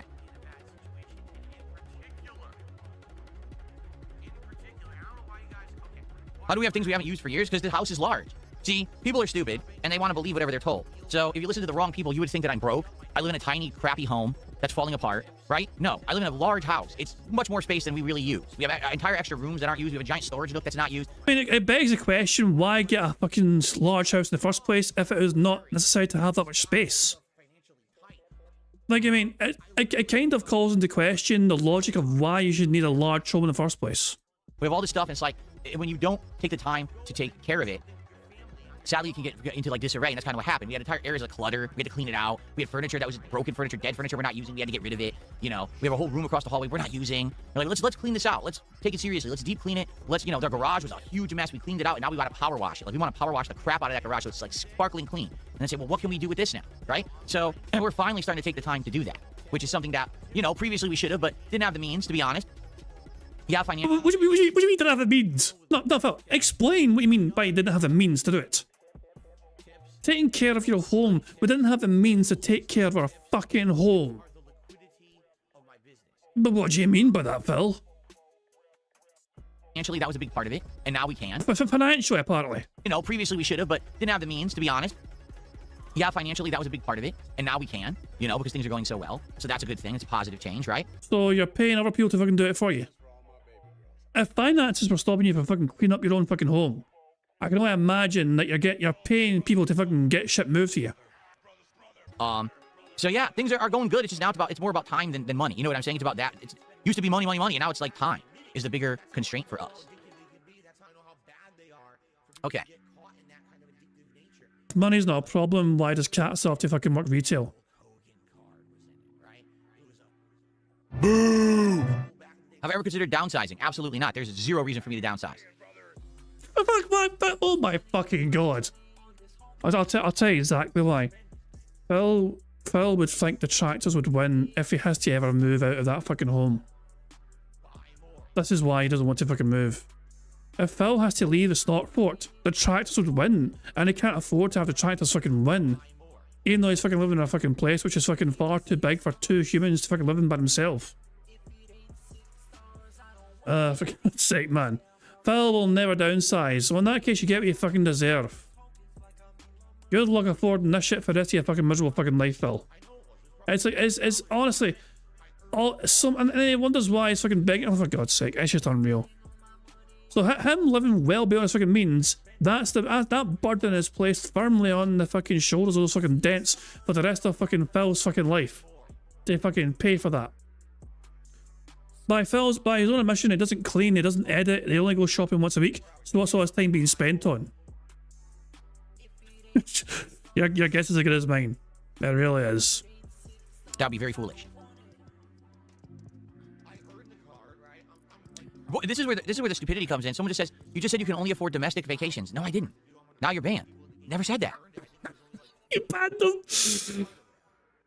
Phil, I mean, to me, it seemed to imply, Phil was kind of implying that it would be more affordable to stick to doing it domestically. It's like, it's for saving time, you know what I mean, if you have vacations in the country. To me, that was the impression I got. That Phil was fucking talking about, it'd be a time saver and a financial saver. They banned him for that. Oh, yeah. Who was it as banned? Let's rewind. Let's rewind here. Who said it? Who said it? Somebody's fucking YouTube and kick chat. I think it was kick chat. Maybe it was YouTube actually. Maybe it was YouTube. Maybe it was somebody on YouTube that fucking did that. I don't know. I could check this as well. Hold on. This is where the stupidity comes in. Someone just says, "You just said you can only afford domestic vacations." No, I didn't. Now you're banned. Never said that. That is there. It was on kick at DSP Bingo Real. You just said you can only afford to take domestic vacations. Lol. And so it was on kick. Somebody in kick said it. And Phil, oh shit, orders. And Phil was like, bad. Jesus, man. Oh hell. What did Phil say actually? Here we go. Asia. No, hold on. Let's fucking refresh. Ah, shit, hold on. Hold on, 2 seconds. This actually might be very bad. Chrome's bugging out. 2 seconds. Hold on. Chrome's bugging the fuck out here. Oh, holy shit. Right, I mean, are you okay? We're back. Twitter, you want to fucking do something? There we go. Hold on. There's a clip here. Blind Polecat made. Not this one, but another one. Cat is never going to Japan. This is what Phil said earlier on today. Why won't I ever go to Asia? That's not that I won't ever go to Asia. It's just unlikely. Like, if I were to go on a vacation, I'm probably going to go somewhere in the United States where it's cheaper and easier to get there, as opposed to flying across the entire planet, where it'd be way more expensive, way more time consuming, way more of a hassle, you know? Just saying. Like, it's not that I'm against going to Asia, but it's more feasible to do stuff more local, or at least within the contiguous United States. You know what I mean? To me, it sounds like the reasons are not... and to me, that sounds like a person who's justified in saying what they fucking said. And then Phil says this. This is where the stupidity comes in. Someone just says, "You just said you can only afford domestic vacations." No, I didn't. Now you're banned. Never said that. I said realistically, we'd probably stay domestic. Why? It's ease of travel, cheaper travel. You can do more, as opposed to if you're going to go across the world. Cheaper. So money. Fuck you, cat, and your fucking dream of having a honeymoon in Japan. It's going to be more expensive. It takes longer to travel and do stuff like that. When did I say we can't afford it? You're just an idiot. So get banned and stay the fuck out. You using money as the reason for not doing it implied that you couldn't afford it. What a moron.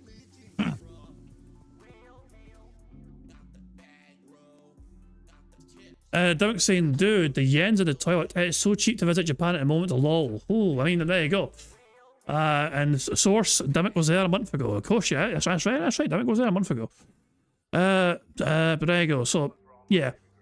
It does actually seem, I'll say, I know, like, yeah, it does seem, like, surprisingly, like, things are cheaper in Japan.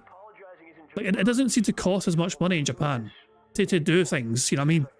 So it would be kind of, it would fascinating. I mean, I would be interested in going, I think, at some point in the future. I mean, it does, as places, as a lot of places I'd love to fucking try go to at one point in time. Japan is one of those places, you know, but also I'd love to go back to America again, you know what I mean? New York, or go back to Los Angeles again as well, you know what I mean? As well, Canada as well. I've heard great things about Canada, you know what I mean? As well, it's maybe a beautiful country, you know what I mean? There's a lot of fucking places I'd love to go to, you know? But aye.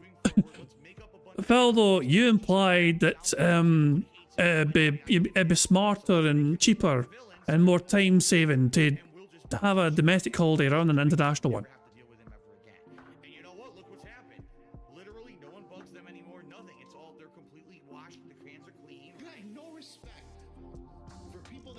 I don't know, Layla. We're not even really thinking about it. You know, Layla says, where would you like to go when you go on vacation? My wife and I have talked about a ton of different things. We really have. Like, at this point, it's like there's so many possibilities of things to do. You know, first we're like, when we go on vacation, we don't want to do tourist trap stuff. We want to go somewhere that's more relaxing, right? So do we want to go to like one of these like cabins up in the mountains or a resort or something where you're just relaxing, right? Like, you can go anywhere in the fucking world and avoid tourist trap stuff. You know what I mean? Like, I mean, anywhere in the world, like even for places that are popular for tourists, there are still people that fucking live there as well. People know the best places to go to avoid touristy fucking trap shit, you know? Like, Glasgow is a great example of that, you know what I mean? Glasgow, obviously, as a city centre, is popular for some tourists, whatever. Lovely buildings and all that shit, architecture and all that, you know what I mean? But aye, there is a couple of, like, tourist trappy things, you know what I mean? Like, they have like, these kind of, like, sightseeing tours, you know what I mean? And all that shit, you know? And it's like, but you don't really see, but Edinburgh would be the same as well, you know what I mean? In that regard as well, to a certain degree. But you can go anywhere in the fucking world, Phil, and as long as you avoid falling into the tourist traps, you can still enjoy yourself. But then you're like, well, we want to go somewhere where there's a lot of good food, maybe there's some good attractions. Well, that might be touristy. So that's kind of the opposit, right? And you're like, well, where do we want to go? Do we want to go? And to be honest as well, sideways, I mean, the countryside, I mean, probably the big appeal of Scotland is the countryside. You know what I mean? Like the Highlands as well, especially, you know what I mean? I mean, Scotland is a beautiful fucking country, you know? But, it's not say, but, so yeah, if you're going to visit Scotland, it is recommended you know how to drive, you know? And okay, I'm inclined to agree with you, especially Edinburgh fucking loves tourists. You know what I mean? There are so many tourist traps in Edinburgh. It is unreal. But aye, as I said, if you're ever going to visit Scotland, would recommend you know how to drive to be able to get around easy enough and just see all the kind of beautiful areas, you know. But yeah, because obviously it's more convenient that way. There is public transport as well. It could take you to certain places around the country. But it's obviously a lot more feasible just to drive so you can get yourself places. Go up to Canada. Ah, for God's sake, it's Derek.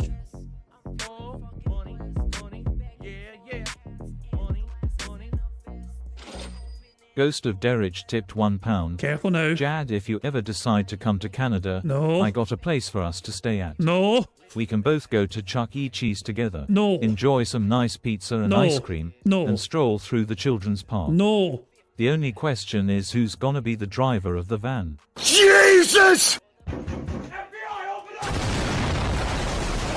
Get the fuck out of here! No. I am not going to Canada after all. Thanks for the tip, though. Good attractions. Well, that might be touristy. That's kind of the opposite, right? And you're like, well, where do we want to go? Do we want to go up to Canada? Do we want to go down the West Coast? Do we want to go to the East again? Do we want to go to the Midwest somewhere? And you talk about different places you can go, different things that you can do in those areas. There's some areas where, like, just simply because of its location, because it's not known as like a humongous, like, tourist area, that you can do a lot of fun stuff for cheap. Well, see, Phoenix is saying, my grandfather was born and raised in Scotland. It's a small village near Edinburgh. Starts with a K, but I can't remember the name. I want to go there someday. Edinburgh, villages near, it begins with a K near Edinburgh. It begins with a K and it's near Edinburgh. What do I think here? I'm trying to think of the places that are in round about the Edinburgh area, you know what I mean? You said it's near Edinburgh, you know? I mean, no, that means it could be a few things, obviously, you know? Kirkconnell, you know? That's kind of out east, isn't it, Kirkconnell? Actually, that's kind of south, actually, now I think about it, you know? I'll say Keith up north, that's the Highlands, though. I'm actually kind of curious about it. Hold on, I'm going to... Wait, hold on. If I name it Sea Phoenix, would you know what it is? If I name it, would you know it's the right place? If so, I don't mind attempting to guess this for you. I'll let fucking test one, fucking... I mean, actually, we're very close to... Actually, we're not very close to catch up to DSP. But hold on, let me see if I can... let me see. Out east, obviously, you got also... You're sure it begins with a K? Hold on a second, hold on a fucking second. Fuck me, man.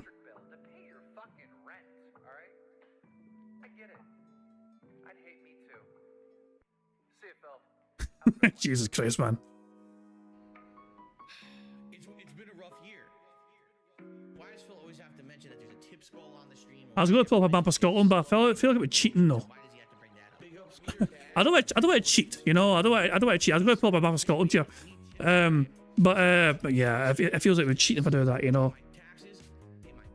It's Scotland to you. So Edinburgh, of course, is here, you know. Edinburgh's over there, you know. And you know, places it's close to Edinburgh. We say close. How close? Kirkcaldy, Kilbride. That's also more west. Kilbride's East Kilbride and West Kilbride. Kilmarnock's also more west. That's Ayrshire, you know.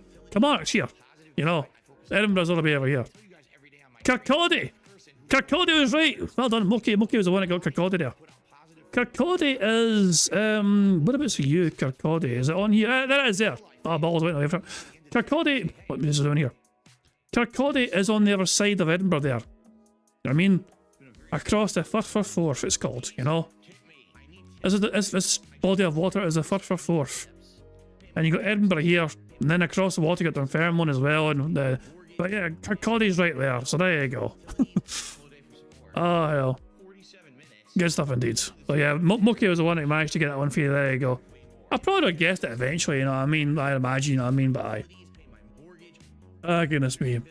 But these are all fucking random places in fucking Scotland, you know. There's East Kilbride, so there's East Kilbride. West Kilbride is... Actually, I don't think West Kilbride is on here. West Kilbride isn't important to be on the fucking map, but East Kilbride is. Makes sense of that. But I'll narrow it down. West Kilbride is west of East Kilbride, so if you're fucking curious where the fuck it was. But there you go. Anyway, we're done with the map. We can get back to Bingo. Oh, hell, man.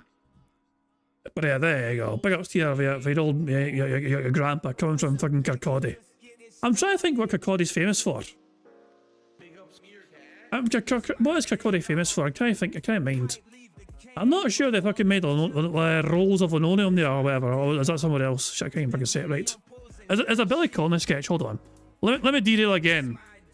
Let me derail again for this fucking thing. I don't know. I don't know if it's about fucking Kirkcaldy though. Or is it somewhere else? Try to see if I can find this fucking old joke of his. Don't know if I'll be able to actually fucking find it at the bastard thing, you know. I want to find his old joke here, but I don't know if I'll be able to find it. Shit, I don't know if I'll find it. I want to find his old joke from Billy Connolly, but I don't think I can find it. I'm giving up. I'm bailing. We'll just crack out Bingo. So you can do more, because you can actually do it at a place that's not super... Your grandpa's from Fife, the glorious kingdom of Fife. That's Dunfermline way, not that jazz. There you go. East coast of Scotland as well, Fife is. West Quebec, yeah, Ardrossan, yeah, it's Ayrshire, you know, West Coast, aye. Ardrossan's on the very coast, like the Largs and all that jazz as well. Anyway, let's crack on Bingo. We've done a world tour of Scotland, and we're back to fucking home Bingo. Like, tourist area that you can do a lot of fun stuff for cheap. So you can do more, because you can actually do it at a place that's not super crowded, like going to LA, forget that shit, right? You want to go somewhere nice that's not crazy, overpopulated, and overexpensive. You know what I'm saying? So there's a lot of options. And it's like, maybe we want to go on a cruise one day. We've never done anything like that. And the thing is, what's happened is that now, everyone online documents everything. So it's easy to now take a look at and say, hey. Meth Bear, is this Kirkcaldy you're talking about here? I assume you're talking about Kirkcaldy here, Meth Bear. Birthplace of Adam Smith and place where he wrote The Wealth of Nations. The fucking Kirkcaldy. I get a free... No, you don't get a free... That wasn't in the stipulations. You don't get a free space for guessing Kirkcaldy. I mean, there's only a limited number of places I could have fucking been, you know. Christ, man. Here's what you can do on a cruise line, where previously maybe you had no idea what you could actually do if you went on a cruise. Now people have documented a cruise from start to finish, and you can see the food, the activities, the booze, the fun that you can have on something like that. So if you're going to make that investment of money, you know that you're going to get maximum return out of it, as opposed to some people just go on a whim and then they end up hating the cruise because they had no idea that's what it really was, you see? So we're looking into a lot of things. We are. We've been looking at, but the thing is, none of it's serious, because like I've told you, we're not in a situation right now where we could do something like that because of our life situation. It's not money, it's our life situation, but, you know, things will change eventually, and then we'll look to do it. So we're not looking to travel or do anything like that right now. Right now, it's more like, we want to do home improvements. We want to use the space we have, get a home gym, clean the house out, do stuff like that. That's our focus for this year.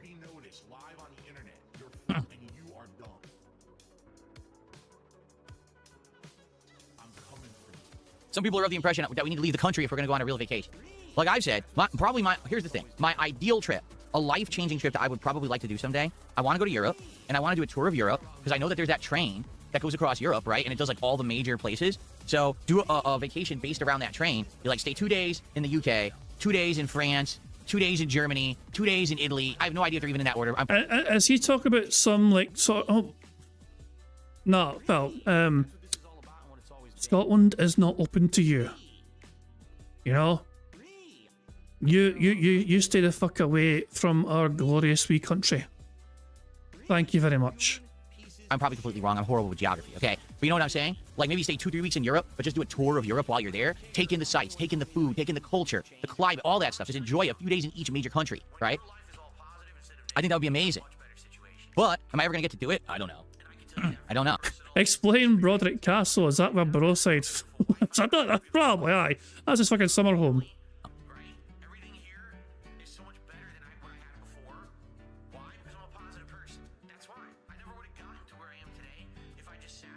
If you're going to Europe, it's a minimum of 2 weeks, of course. Like, you don't want to have to rush. You want to be able to do the fun stuff and take your time. Exactly. Eurostar, is that what it's called? The Eurostar? That train is super expensive. If you want the rail pass for a week, it's $300 per passenger.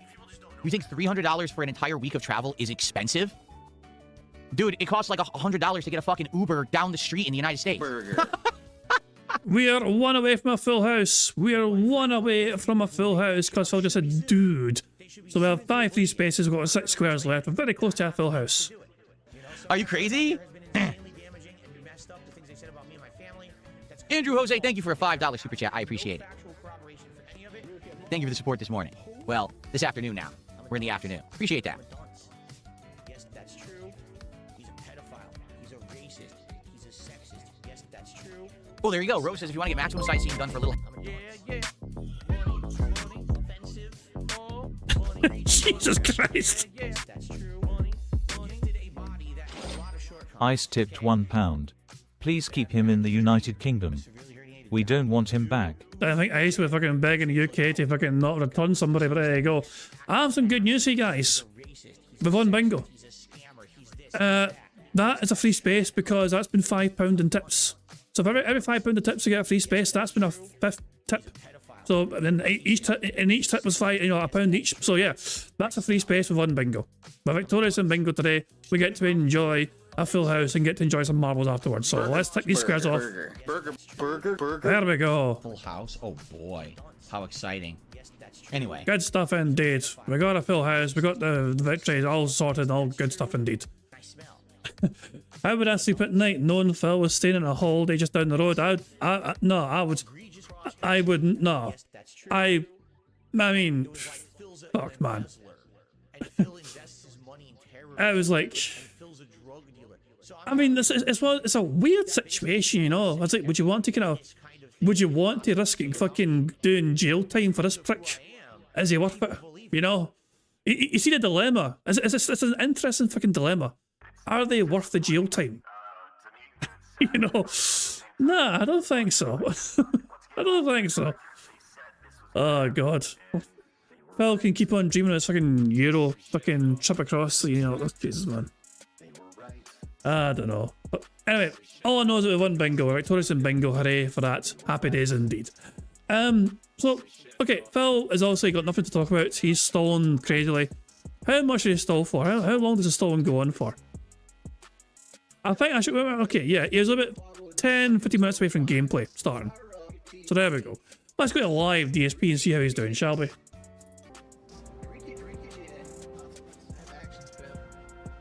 Very robust content, Phil, here. Look at how immersive this is. Wow, he looks so bored out of his mind, holy shit. He looks so bored. He hates this so much. 200 people watching him right now on stream. I think I'm gonna have to do 2 assassinates and then relax. $55 for the bad man so far. 55 buckaroos. Well, we're done with that. Okay, so let's just so I can go to where's it? Otters. There we go. Otters. Wait, why you freeze up Otters? There we go. The live stream bucked up for a second there on the Otter side. But there we go. Anyway, guys, it is time for some marbles. We've done our bingo, we won our bingo, victorious today, and the good stuff indeed. And now we get to enjoy some robust marbles. Before we even begin marbles, though, let me very quickly check to see if there's any brand new marbles to add from the comments section. And if there's no new marbles to add, we can just get straight into the gameplay of marbles. So give me a wee second here and see if there is any. If there is any to add, then I'll get that sorted. But I think we should be okay. Let me just make sure here. Yeah, but we're good. We're ready to... We can get on the marbles straight away. There's no brand new marbles to add. So let's fire up marbles and see if we get to... Well, first of all, complete that very challenging course today. So, yeah, first things first. Priorities. First things first. Can we complete that bathroom course today? We have tried that fucking course 80 times. We have failed that fucking course 80 times. I mean... Oh, hell. I'm starting to think we're not going to do it. Starting to lose hope, you know. Well, let's get the course that is right at the top there. Marbles, marbles, marbles. Let's get 1,000 marbles. Load it in.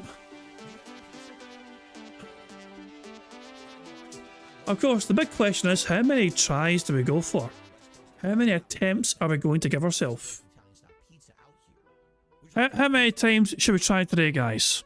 I'll let you guys be the judge here. You guys decide how many times we're trying this today. Usually we do 3 times, but sometimes we've gone different. Sometimes we've done like multiples, like, you know, 6 or 7 or whatever. 6, 7. You want to try at least 5 times. Well, here's try number 1. Lag! So much lag, and then there goes a little bit of marble straight from the get-go. So much death and destruction straight away. I'm a Dutchman, your marble is in the lead right now. Or at least it was, but Ludwig took over. Ludwig World Order flying miles ahead in first place here. This is where a lot of death can happen here. Those lasers are destructive indeed. A lot of marbles been getting rejected back here. Holy shit. We're gonna follow high arms too.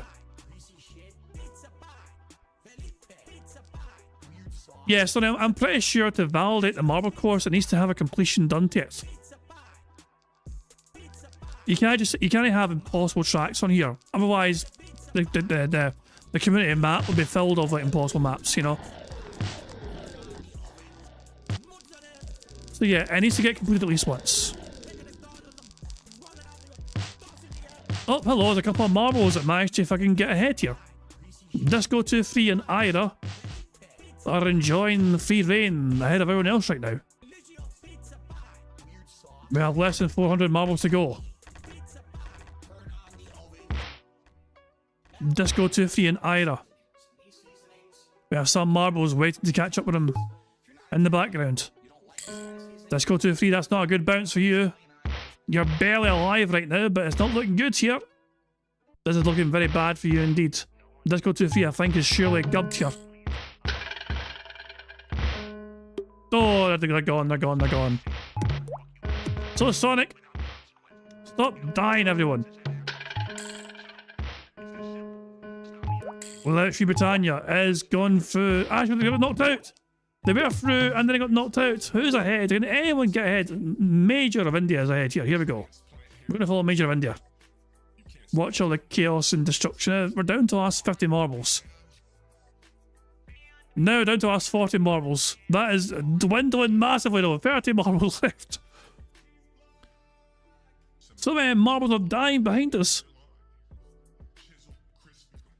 Major of India is all alone up here. Who's going to join them? Can anyone join Major of India here as they try and get themselves to the finish line? Who's in second place? Red Joshi and Gru are in second and third place here. We're going to keep an eye on Major of India because they're actually going through the course here. Can they make it through here? We have 9 marbles left alive. Muki was one of them, but they're gone.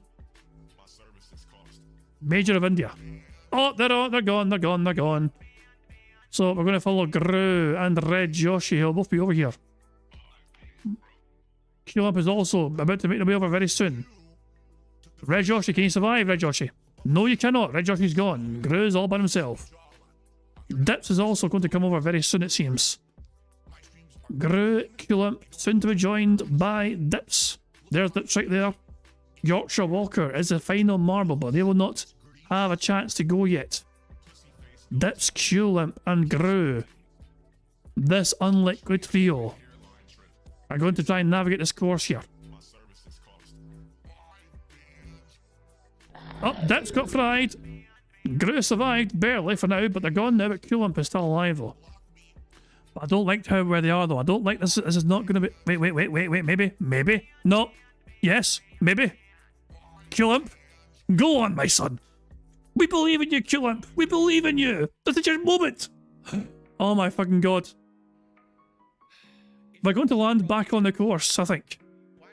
Oh, they were so close. Oh my god. If that thing hadn't popped up there, if that thing hadn't popped up at the end, I think Qlump had the momentum to fucking make it all the way.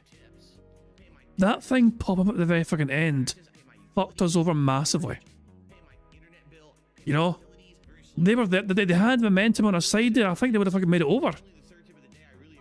The timing just wasn't there. It was so fucking close. It was so close. Right at the death. And your Yorkshire Walker couldn't make it to the very end. They perished all on the way, so there you go. That's why Culip was the last one. Right, we go again. Attempt number 2. Ah, hell. Part of me wants to fucking just keep doing this until we fucking just win. Like, is that weird? I feel like it would get very boring very quickly if I fucking just kept playing this like fucking 10 times in a row or 20 times in a row. Because it might not even happen, for fuck's sake, you know? It's like, it's just luck more than anything else if it happens. Like, when do we stop trying? This is attempt 2, of course. But when do we tap the fuck out? At what point in time do we tap the fuck out? Bear in mind, I'm still kind of hungry, you bastards. I mean, if I wasn't hungry, I wouldn't mind like staying like, you know, for multiple goes, not jazz. But nah, I want my fucking dinner.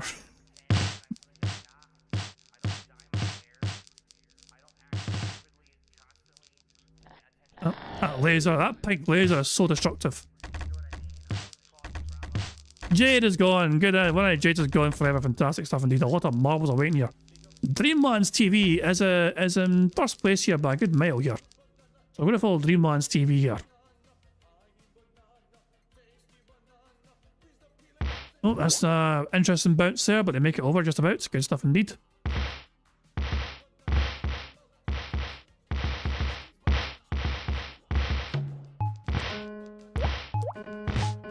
Oh, there's a bad bounce there for Dreamlands, getting knocked to the side here. Who's all making it through here? Jade, damn it, Jade's alive! Roachbait's made it through, Dimmock's made it through as well.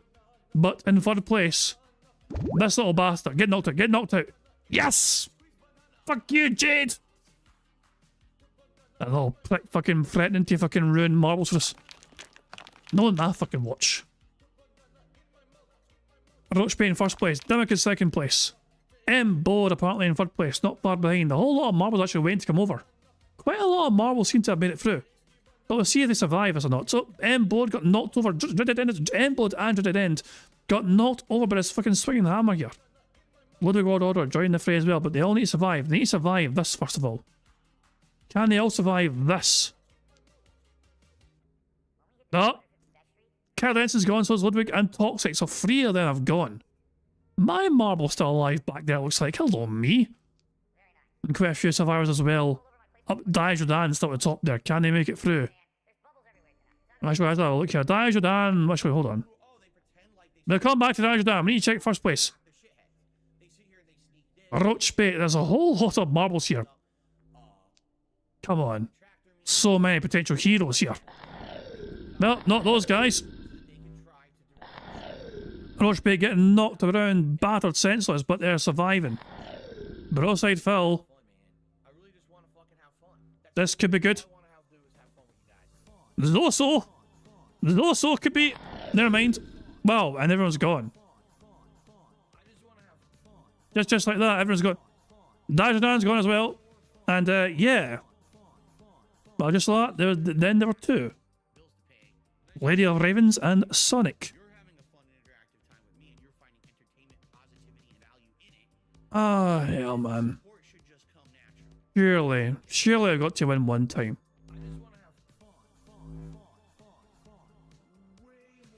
Sonic in first place here. Lady of Ravens managing to catch up here. You don't want to be in that side, in my opinion, but there you go. That's a good bounce. That's not bad, but that's a bad bounce there, though.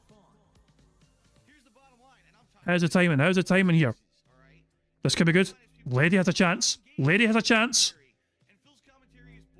Lady has a chance, you know. And they don't have a chance anymore. Oh, just like that. They're denied. And fried or something. I don't even fucking know how they died. They just fucking blinked and they died. Well, third time's a charm, as they say. Not really. That's Christ. By the way, Sonny, if you're looking for good chair shaking examples, today's a good stream for it. So Sonny has been working on a video, and they were looking for some more chair shaking examples. Today would have given you a lot of chair shaking. So I would recommend like a wee browser that if you want to see some robust chair shaking antics going on. I'm just sticking with a side-on view here, a little different perspective for you guys. Sticky man. Rolling for the course here. Yeah, it's like fucking watching Sonic the Hedgehog into the lips here. That's not Sonic, that's fucking Mario. Well, Sticky man. Nails a landing. Never blown ball does not nail a landing, but here we go. Sticky man gets to the tube first here, and it all builds up here. All these marbles are starting to build up in this tube here. All these marbles are dying.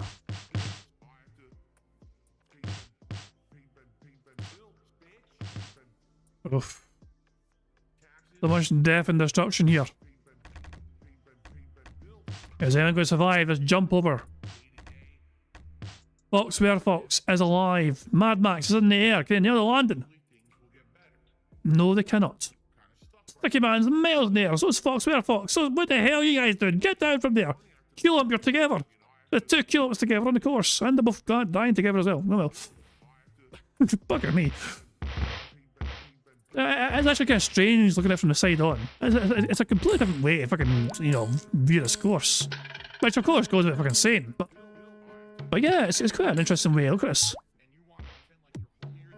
Quite a few marbles waiting to get through still. And also quite a few also dying and in the air, not a jazz. But we can make it through the tube here. Oh, somebody hit an explosive barrel and a bunch more have gone there. Into the last 50 marbles here. We have 3 marbles going for each other. 4 marbles. 5 marbles. I am Stu. Zoso going for a chip here. Making it through. BST. Hi, I'm Stu. Chris Danks. Zoso and Cell Shader. The current 5. Red Joshi is going to join him very soon, it looks like. If they survive, of course. Red Joshi doesn't survive. The fans knocked them out. Very unfortunate indeed there. Oh, Chris Danks got knocked off altogether. Oh my. Chris Danks is no longer a part of that cycle. BST is the marble just came to death. We have 4 marbles alive over here. Oh, that's changed. That's changed massively. Wait, Cell Shader made it over here. Cell Shader somehow made it from here to here without the tube being in the way. But I'm going to follow Cell Shader because apparently they're fucking defying the laws of fucking gravity. I thought Cell Shader was fucking truly fucked, but they somehow made it over. No, gravity has caught up with them. There you go. But now we're following Zoso and BST. BST is trapped here. BST is not looking for BST. BST is getting battered all over the fucking place here. They're still alive though somehow. Zoso is gone. How is BST alive? They keep getting knocked by these fucking things here. And getting knocked backwards. Oh, there we go. Finally, fucking got some forward momentum. Hooray for that. BST was getting fucking bullied there, but of course. It's not bad here. This is not bad. This could be good. No, never mind. Now I fucking don't know what I'm talking about. Dreaded End is all up to you, pal. And Dreaded End.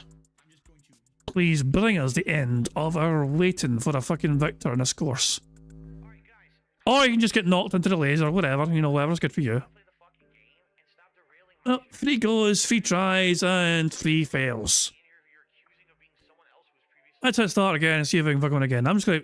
Fuck it, we'll just keep going until I fucking win. I don't want to give up on this for course, you know what I mean? I'll tell you what we'll do, okay? I am willing to keep trying this more times than I've ever tried before. In one go. But I'm putting a ceiling on it. I'm maxing it out at 20. Okay? I am not going to go beyond 20 attempts at this course, okay? This is currently our 4th attempt. If we fail 20 times, that would bring our grand total to 100 attempts in this course. So it feels like a good number to kind of leave off on, doesn't it? So I'm willing to try this 20 times in a fucking row. And we're almost a quarter of the way already there. You know, it's number 4, you know, so we're almost a quarter of the way in our attempts already.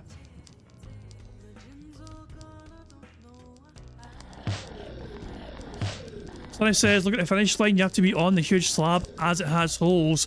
Falling from the side won't cut it. Like, this is definitely possible. It is possible, but we'll have to wait and see. You know, we'll just see. We've had several close calls. Personally, I think Tulip would have had it if it didn't get stopped at that marble. They had good momentum on the side earlier on. I thought that was it. Nope, some marbles are in there. Oh, and they're now falling down to the bye. So let's just catch up with Stu, shall we? Stu in first place here. No, you're not you, Stu. There we go. Look, now it's Larry in first place.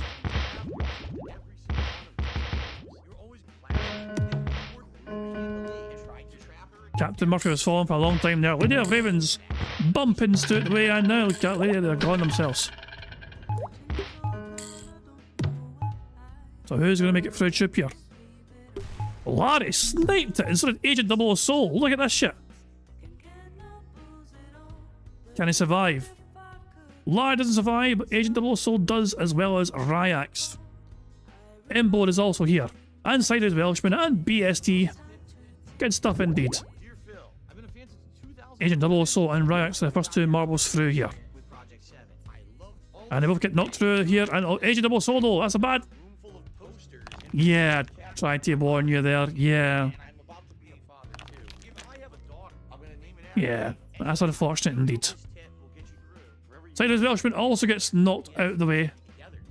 Unfortunate indeed here. BST, Avalanche, Ryax, and Emboard need to survive this tube here. Okay, everyone survives. Everyone does survive. Good stuff indeed. Oh, Dashy! Don't know how the hell ended up there, but he ended up knocking the side of the fucking tube. And they fell to the demise. We're down to the last 15 marbles here. Puddy, Windows 96, waiting to come over. Ida, Josh Fraser, Ula Pops. Native Mamba is dead. Dreaded End also about to, well, I don't know, but Dreaded End might be making it over, I'm not entirely sure yet. They're taking their sweet time. Are you coming out here or not, you fucking lazy bastard?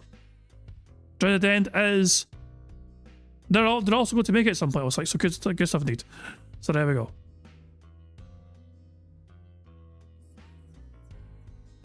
So hold on. I think this might be good. This might be...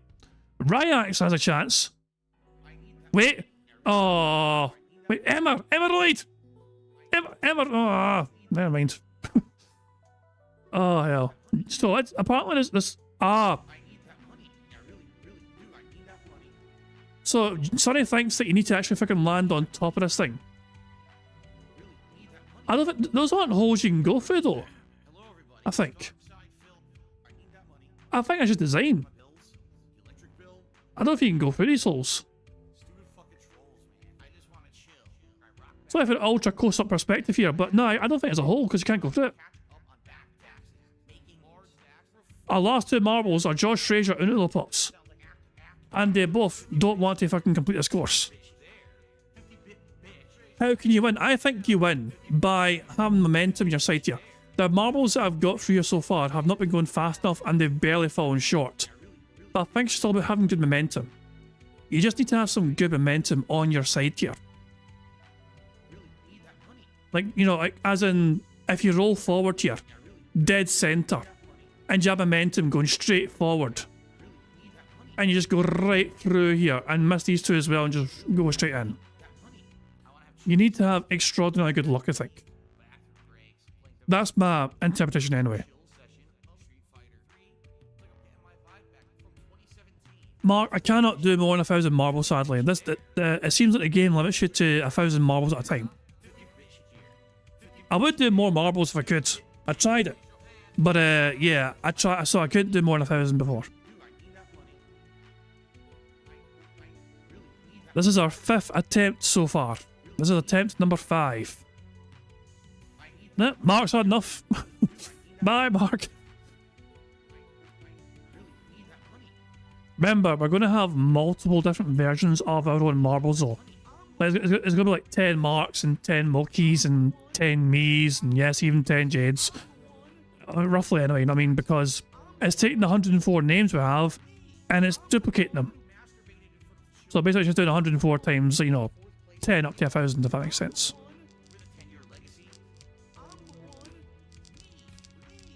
But never blown bubble in first place here. Not for long because I'm about to die. Daijodan and Zoso in the tube, waiting to get through along with everyone else. Quite a few marbles couldn't wait and they end up dying.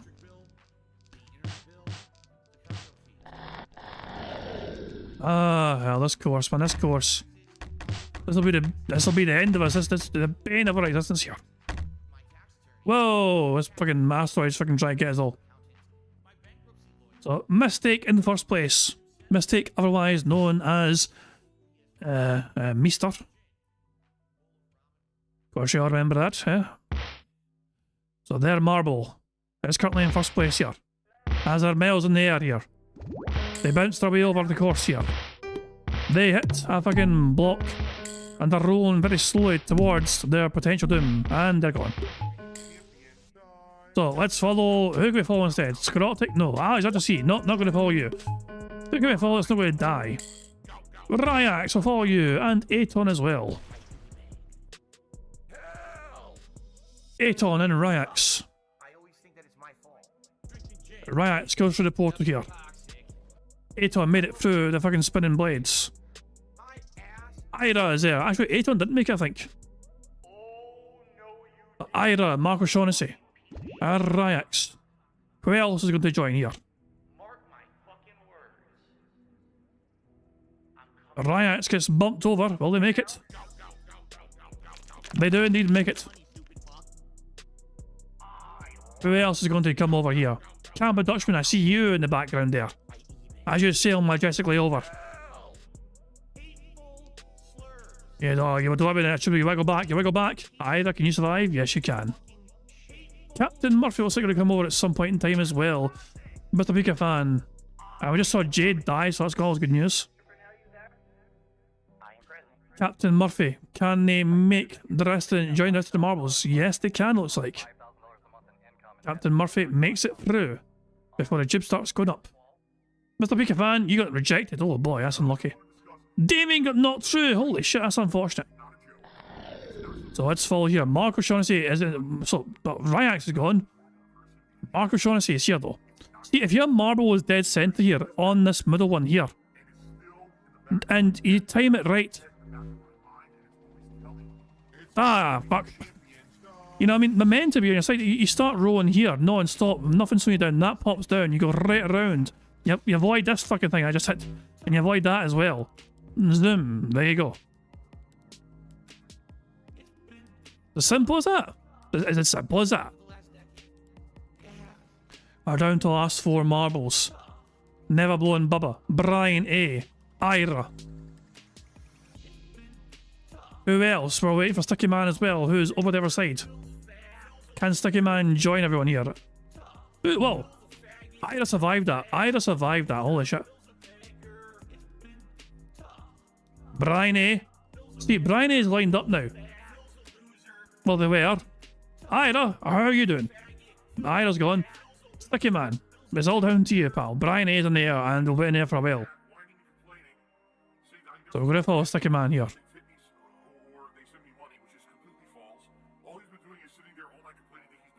So, can Sticky Man do what no one else has done before? You just basically need to defy the odds massively. Sticky Man is making their way. They're surviving here. Dead center. You want to try and get dead center here. See, but even then, dead center be hard. This thing's in the way. This thing's in the way. This bastard and fucking pyramid. So even though you're making it through right now, momentum's on your side. Well, now you've got a lot of momentum. We need the momentum, and we have momentum, but it's not momentum going the right fucking way. What a truly unfortunately slow death that is for you, Sticky Man, but now you have perished. So I believe that's been our 5th attempt, and we still are no closer to getting a full house here, but I am willing to try again for you guys. Although I haven't said that, I might tap out at 10. I might tap out at 10.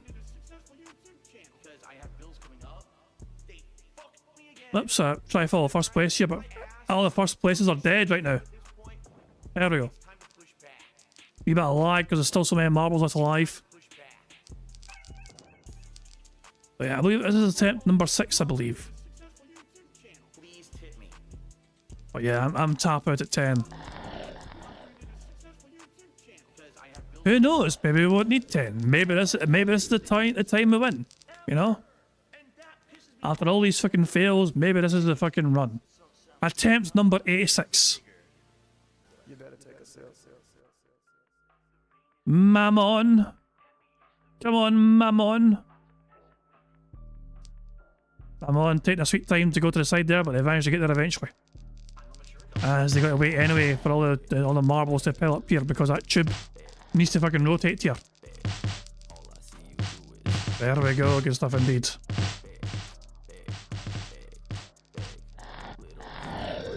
Oh, that pink laser is so destructive. As I haven't going to survive this trampoline jump. Stan makes it over but then get fried immediately.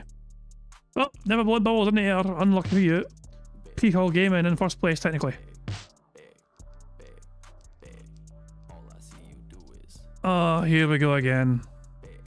We're down to the last 177 marbles, 172 marbles. Peacock Gaming has not made it! Peacock Gaming is going to slowly die. We're following Fear, Monarch and Mistake here. Oh, that's truly unfortunate for Fear Monarch. Very unfortunate indeed. Thatch says play. Can they make it? Oh, hold on. Oh, that's just unfortunate. And everyone's dead. Everyone's fucking dead, including everyone.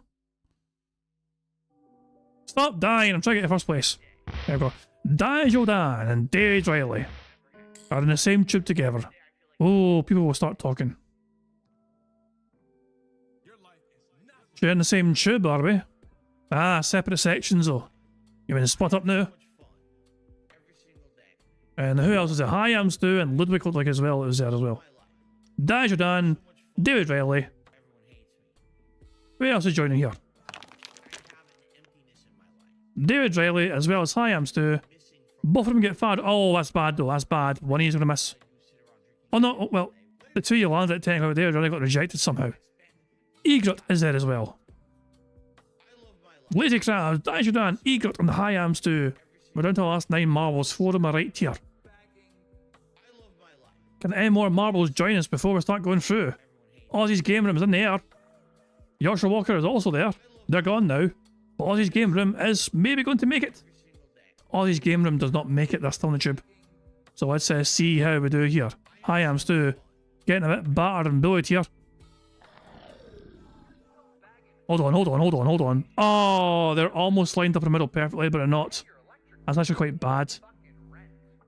It might be okay. The momentum's not... Well, never mind, I fucked anyway. And we're down to 2. Just like that, we're down to the last fucking 2. Aussie's game room and Peacock Gaming. And the tube is now turning to the right here, so the both of them will have a right good go of it here. This first one, it doesn't really matter in my opinion where you're on this first fucking turn. It doesn't really matter where you are because you can't just go through anyway and you get battered about here. Peacock's gone, so well, they're gone. Everyone's gone there, fucking mind. Attempt number 6, attempt number 86 was just like every single other attempt. So, attempt number 87.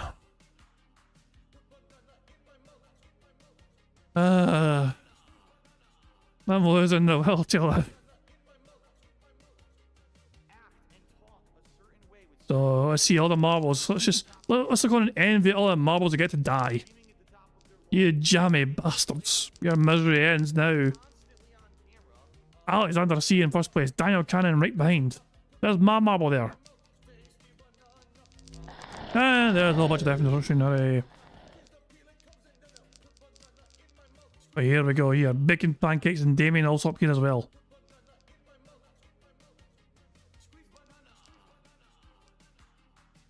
We've tried this course 86 fucking times and we've failed 86 fucking times. Ah, Christ alive, man. Daniel's gone, unfortunate for Daniel. I'm going for a wander. I'm going for a fucking wander. Fuck it. I'm gonna start this fucking finish with some more here. So you guys just keep fucking doing what you're doing. Right, so let's finish here. Why the fuck are you over there? This pyramid's fucking weird, man. But if a marble is lined up in a dead center here, they'll get to go over like this, okay? You know? And then lined up in the middle here. They're lined up in the middle here. Momentum can be on your side here. So if they roll and it's timed perfectly, they go right through. And if they miss this as well, if they don't hit that, and they just keep rolling and keep that momentum, maintain that momentum, then it's just falling in here. There is no way, there's no holes at the top. You can't just drop in from the top here. So yeah, there you go. So that's the finish line. We just basically need to have a god run where we have a marble that fucking is lined up dead center. And the timing is so perfect for us all. That we just go room, just not hope to hit that. Because we hit that, we're getting fucking launched. The Baron is the first one to make it over. Dark Ross, the Fox, and Brian A. Nope, Brian A and the Fox didn't make it, Dark Ross did. Can the Baron survive? Can they all survive though? Can they all survive the chip here from turning over? Oh, that's very bad news indeed. Some marbles have perished here because they couldn't survive the initial fucking rotation. Down to the last 13 marbles. Who do we have here? First of all, Dapper Dragon, the Baron, Bacon Pancakes, and Pigs Animations. Do we have a hero amongst us?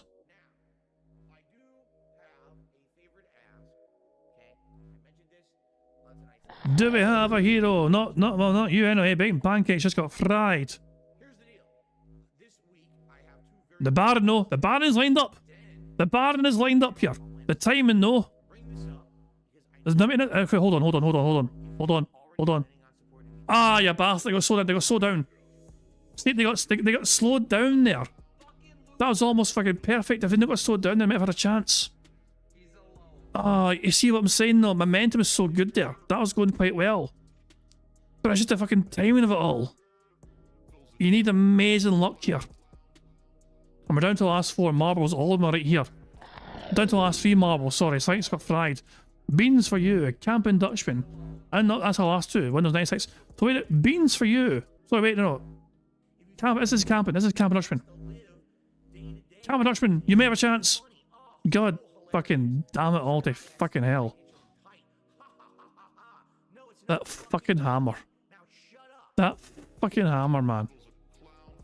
And down we fucking go. That was a good try. That was a very good try. Right. Attempt number 88.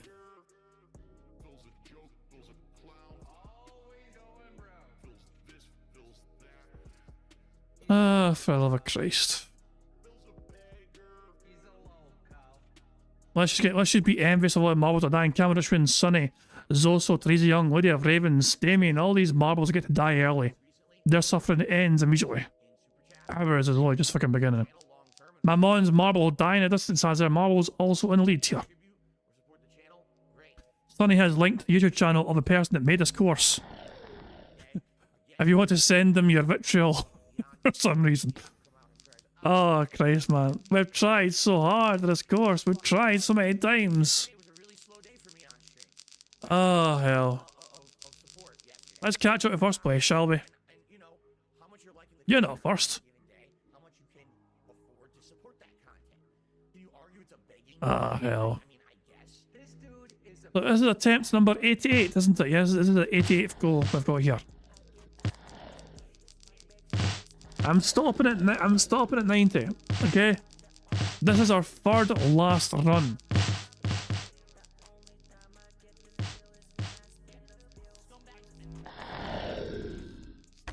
Oh, is it going to make it over? Can anyone make it over here? Sideways Welshman, including Crusader. The first two marbles right now, as I to see, is also in there. There's the big fans in the air, and they're now, well, they're falling for the air still. Twilight Media Court. We're going to follow you. Not, you know, not you, you. There we go. Twilight Media Corp. Oh, you're not off, but you're... Oh, good bounce, good bounce. I almost missed that bounce. That would have been disastrous for Twilight.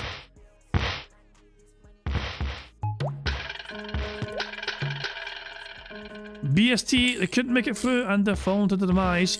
Navy vet for life though. God bless you, sir. Our fucking vet here, one of many vets.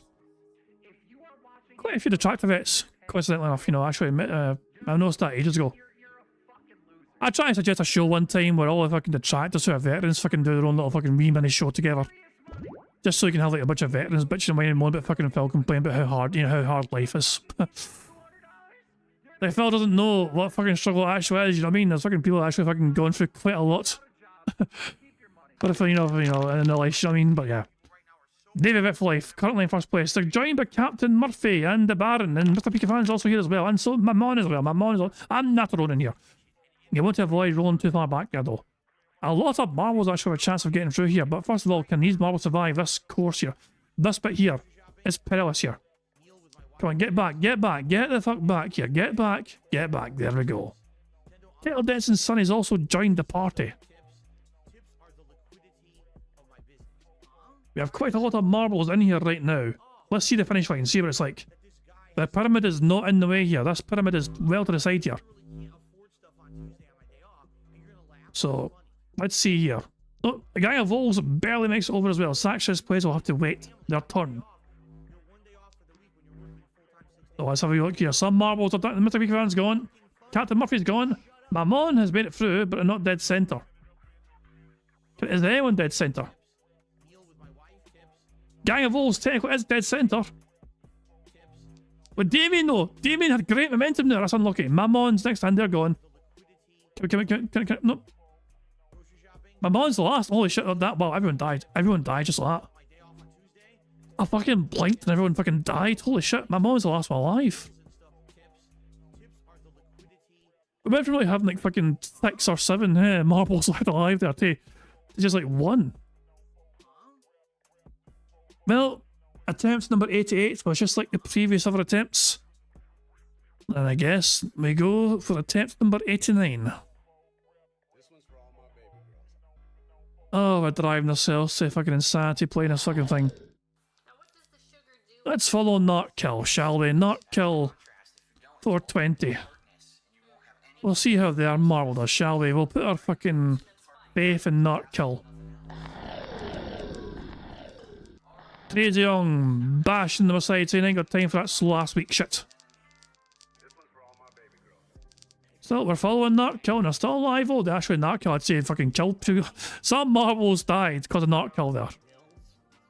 That's what happens though when you have a whole bunch of fucking marbles in close proximity to one another here. Never blown bubble. I just managed to get thrown off the edge altogether there. And now all the marbles are getting to line up here. You see a whole bunch of balls together at the same time. We're still following Narkill in a sea of marbles here. They've managed to live this long. Half the marbles have died. 400 marbles are left alive. 600 have died, but Narkill 420. We've been following since the start. Is still alive and going. So I feel like we're doing quite well following Narkill. I feel like they're a good luck charm. We have lost 800 marbles almost, but Narkill 420 still lives. Agent Double Soul right behind him. Bash him to the side. Agent Double Soul with a sabotage. Agent Double Soul, how could you? You bastard. You killed our good luck charm. We were following him and we were doing so well and Agent Double Soul just said fuck off and get the fuck out of my way. So now we're dreaded end in first place here. Dreaded end in first place. 100 marbles left alive here. Who's going to join? Captain Murphy. Looks like they'll be joining very soon as well in second place. the dreaded end goes through the portal. They're through to the other side here. In second place, Marco Shaughnessy, Stroyer, Captain Murphy, Princey, Sideways Welshman, and Cell Shader are all there. This could be good or bad. This might be very nice. Well, 2 rejects there. Two of them got rejected backwards.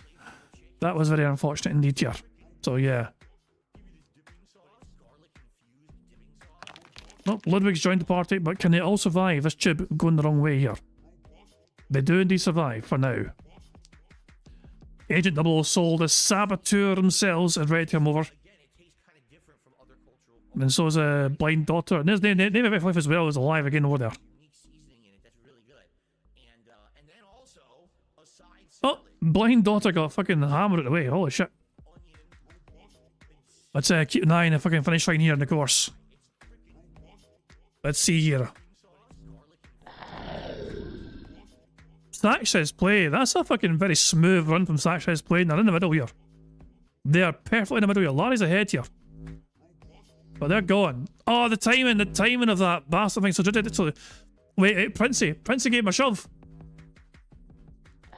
Oh, they got nuked. Oh, you bastard. And let's go to second place, shall we? Let's join the tube here for the other collection of marbles to have a go here. Broside Phil, Slinks, Dark Gross, Egret, Agent 00 Soul. These are our last 5 champions. One of you could be a potential legend among marble legends. Who's going to go down in folklore? Not you, Slinks. Not this time.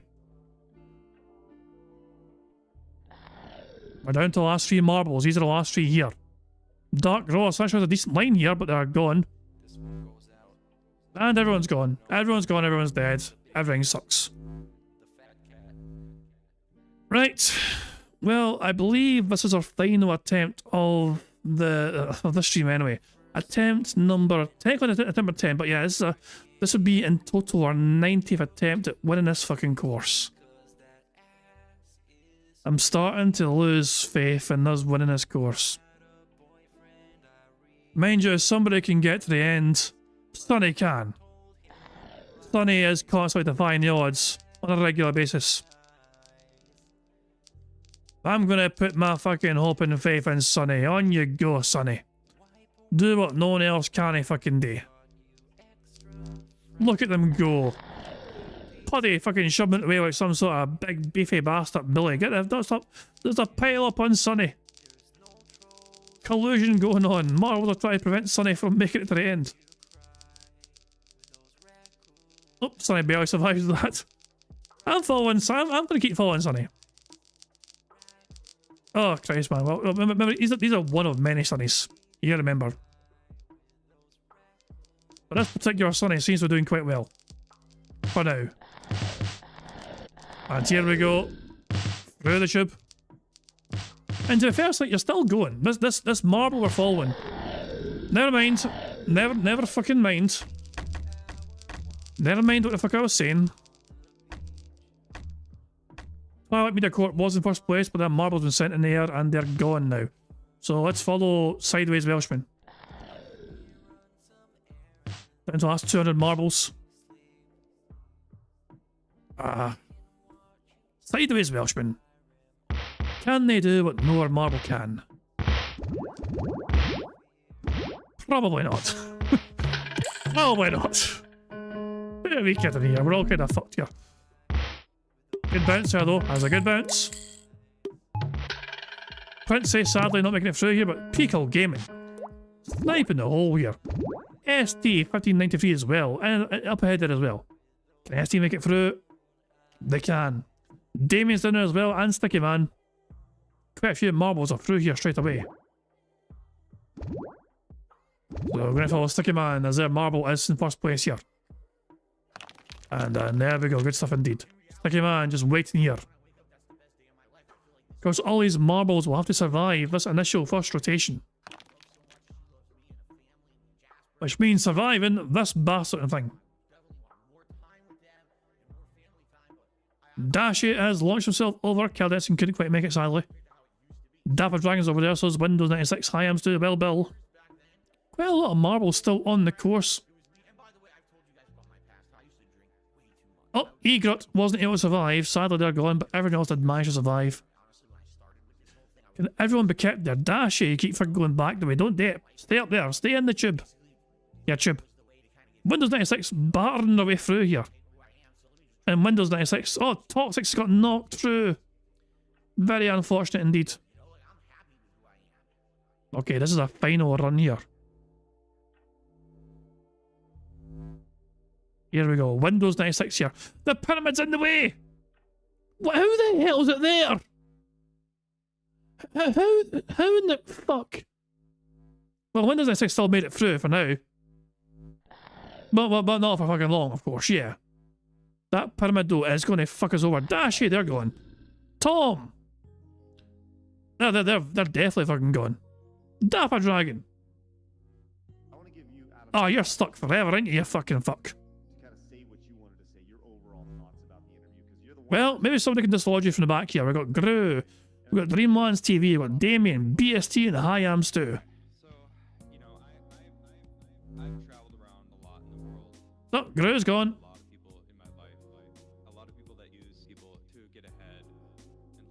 This is definitely the last goal. This is definitely the last attempt at Dapper Dragon. I didn't lose. He didn't even win either. Damien has made it through. Momentum's not doing a side here, and they got slowed down even more, so they're kind of fucked anyway. And we're waiting for Tom. Tom's all the way back here. Holy shit, Tom. What the fuck was Tom doing? How the hell was Tom near the start? Tom, I guess we're fucking waiting for Tom. So, yeah, Tom has the rule of the entire course to himself. I guess this gives us an idea. This gives us an example of what it's like to fucking run the course without any of our marbles interfering in your way.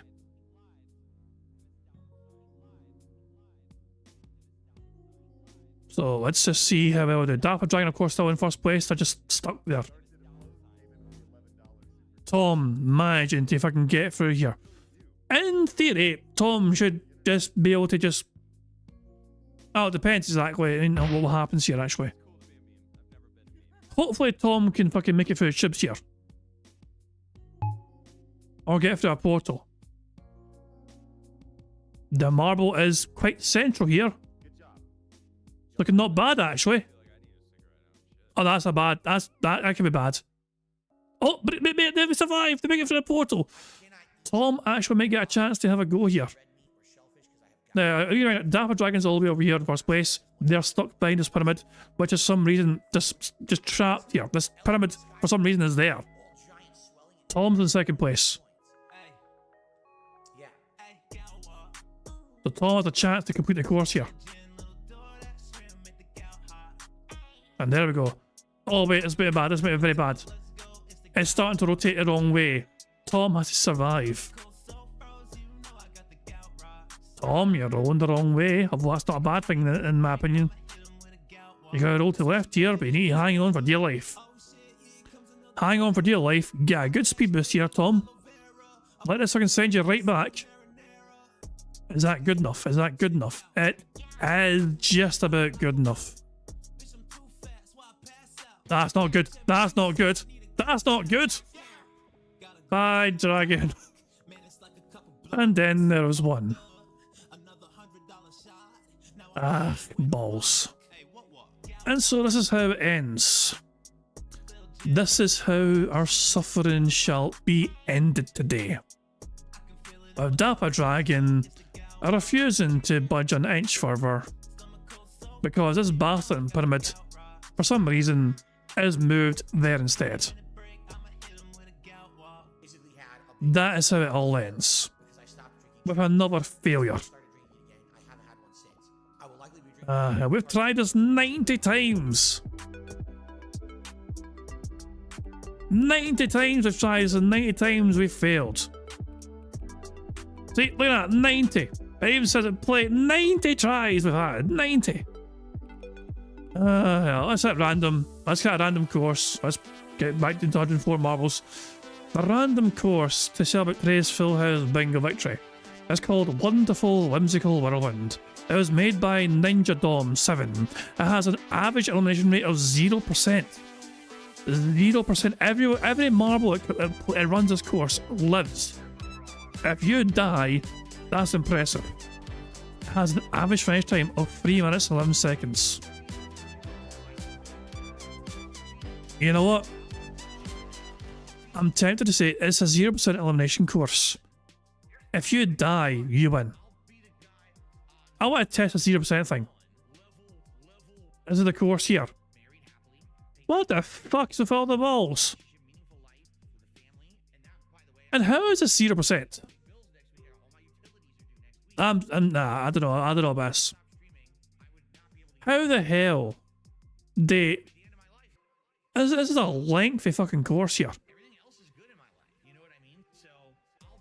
Yeah, so I'm just kind of wait, Zoso technically I think okay. Zoso's marble is winning right now.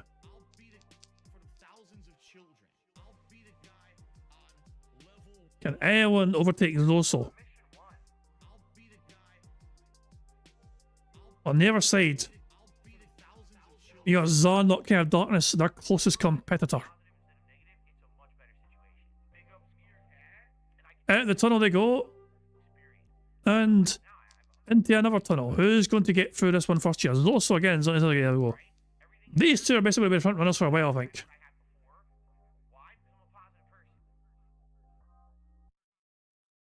Oh, speed boosts. And away they go.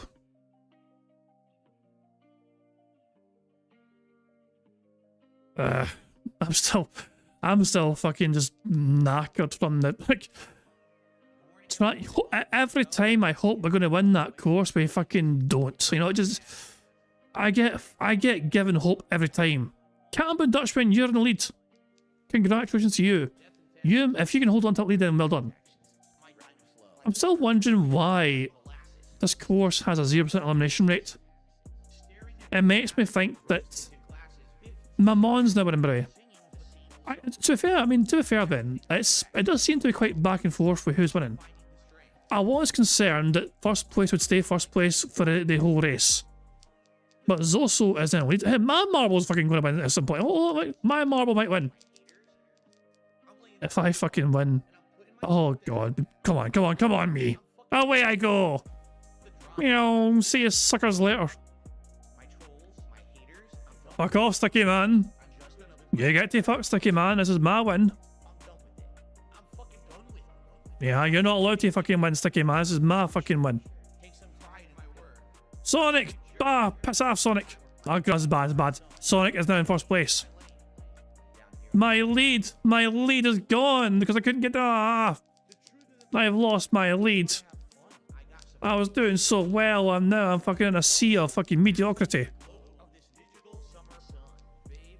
And I guess we should catch up to first place and Sonic and see how they're doing because the end is probably in sight very soon, yeah. Sonic is about to win. Somebody stop that bastard. Q-Limp overtook right at the end. Q-Limp actually overtook. Right at the very death, Q-Limp managed to overtake Sonic, and so did Warren and BST. So Q-Limp in first place, Warren second, BST third. Sonic was fourth, Dark Ross was fifth, Fox Werefox was sixth, Narkill 427th, David Riley 8th, Lady of Ravens 9th, and Gru was in 10th place. Warren again second. Warren's been having some very high finishes lately. You know, they seem to be consistently in the top like fucking 5 the last several actual maps that I've had where we can actually finish them. But yeah. In the end, my first place turned into fucking... Where the hell did I finish? I ended up 56th place. I went from first to 56th. Bastards. And yet every single marble finished, even Puddy in 104th place finished. But yeah, every single marble finished. If you want to see where you fucking finished, pause the video just see if I can see you later, I guess. You know, I'm scrolling through every marble, so if I can go. I'm not going to fucking read them all. But there we go. I guess it is nice to actually see us fucking complete a fucking course once, you know, so there you go. Ah, God help us all. Right, let's see what Q-Limp has won for himself. Well, Q-Limp won an intro shoutout. I'll win a full house ticket. Culump has won a Scottish soundboard pass. Congratulations, Culump. You have won yourself a most robust prize, the Scottish soundboard pass. Excellent stuff indeed. I'm going to tell you know that right now so I don't fucking forget it. Here, Culump has won soundboard pass. And that will expire for you in a week's time, so 23rd? I said the 23rd of March would be a week from now, wouldn't it? So there we go. So yeah, basically it means that Culump can request me to press a Scottish soundboard button at any point in time. I'm going to go, yes, no problem. Get screwed. There you go. Let's go live DSP and see how the bad man's doing, shall we? What's he saying? What's he saying? And do a new run. Let's make a fresh video. All right? And it'll be like a 90-minute video, as long as I don't die, with this new character. So he died, basically. He died at the game over. Are definitely enjoying Slay the Spire 2. I am. Ironclad was fun, but like people said, it was more of a tutorial run where the game kind of held your hand and gave you good stuff. That run with the silent was actually more fair, and I got pretty far. So now let's try the next new character in a new video. Who fucking cares? The bad man's on $70 because he had a break, then when he came back from his break, he got bailed out. Shocking, I know. So the bad man's on 70 buckaroos, and he has like an hour and a half to go until he ends his stream. So there we go. Anyway, we're done with the bad man for now. Be gone, bad man. Anyway, I'm going to wrap it all up there. That is an end of bingo for today. God almighty, man. That bastard marble course just fucking knocks the stuff out of me. I feel like it does, man. Just, you get your hopes up, you know what I mean? You get so fucking close. And then that hope is taken away. Just like some sort of whale pretending to be fucking, you know, to support Phil. We'll just say, haha, joking. This must be how Phil feels whenever fake whales turn up. We're so close to getting that course completed today. So close multiple times. Yeah, but we got a full house on bingo anyway, so that's good stuff indeed. So there we go. And just bingo, of course, shall return tomorrow. Feel free to join me some more at Robust Bingo Antics tomorrow. Hopefully we can join our full house and all that jazz. Hopefully Phil won't be as insufferable as usual. Let's have to wait and see what tomorrow shall bring. But until tomorrow, hope you all enjoyed yourselves and hope you all enjoyed the rest of your weekend as well. I'm going to end how I always end by playing notorious PIG contributions made by the supremely talented Pixar Animations. So until tomorrow, hope you all have a good one and I'll catch you all later. Goodbye. On September 14th, a pre-authorized payment of $16.51 from PayPal.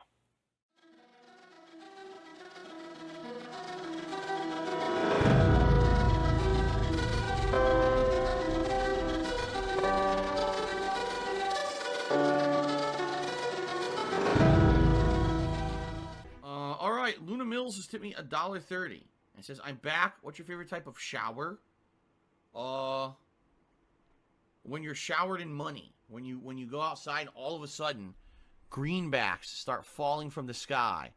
And you raise your face up, you're like, oh, you start dancing, you go, oh, money, money, yeah, yeah.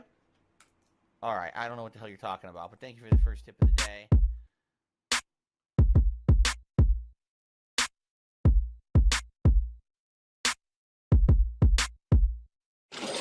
Money, money, yeah, yeah. Money, money, oh, money, money, yeah, yeah. Money, money, money, money, yeah, yeah. Money, money, oh, money, money, yeah, yeah. These contributions are mandatory. Money, money, yeah, yeah. Money, money, oh, money, money, yeah, yeah. Money, money, money, money, yeah, yeah. Money, money, oh, money, money, yeah, yeah. These contributions are mandatory.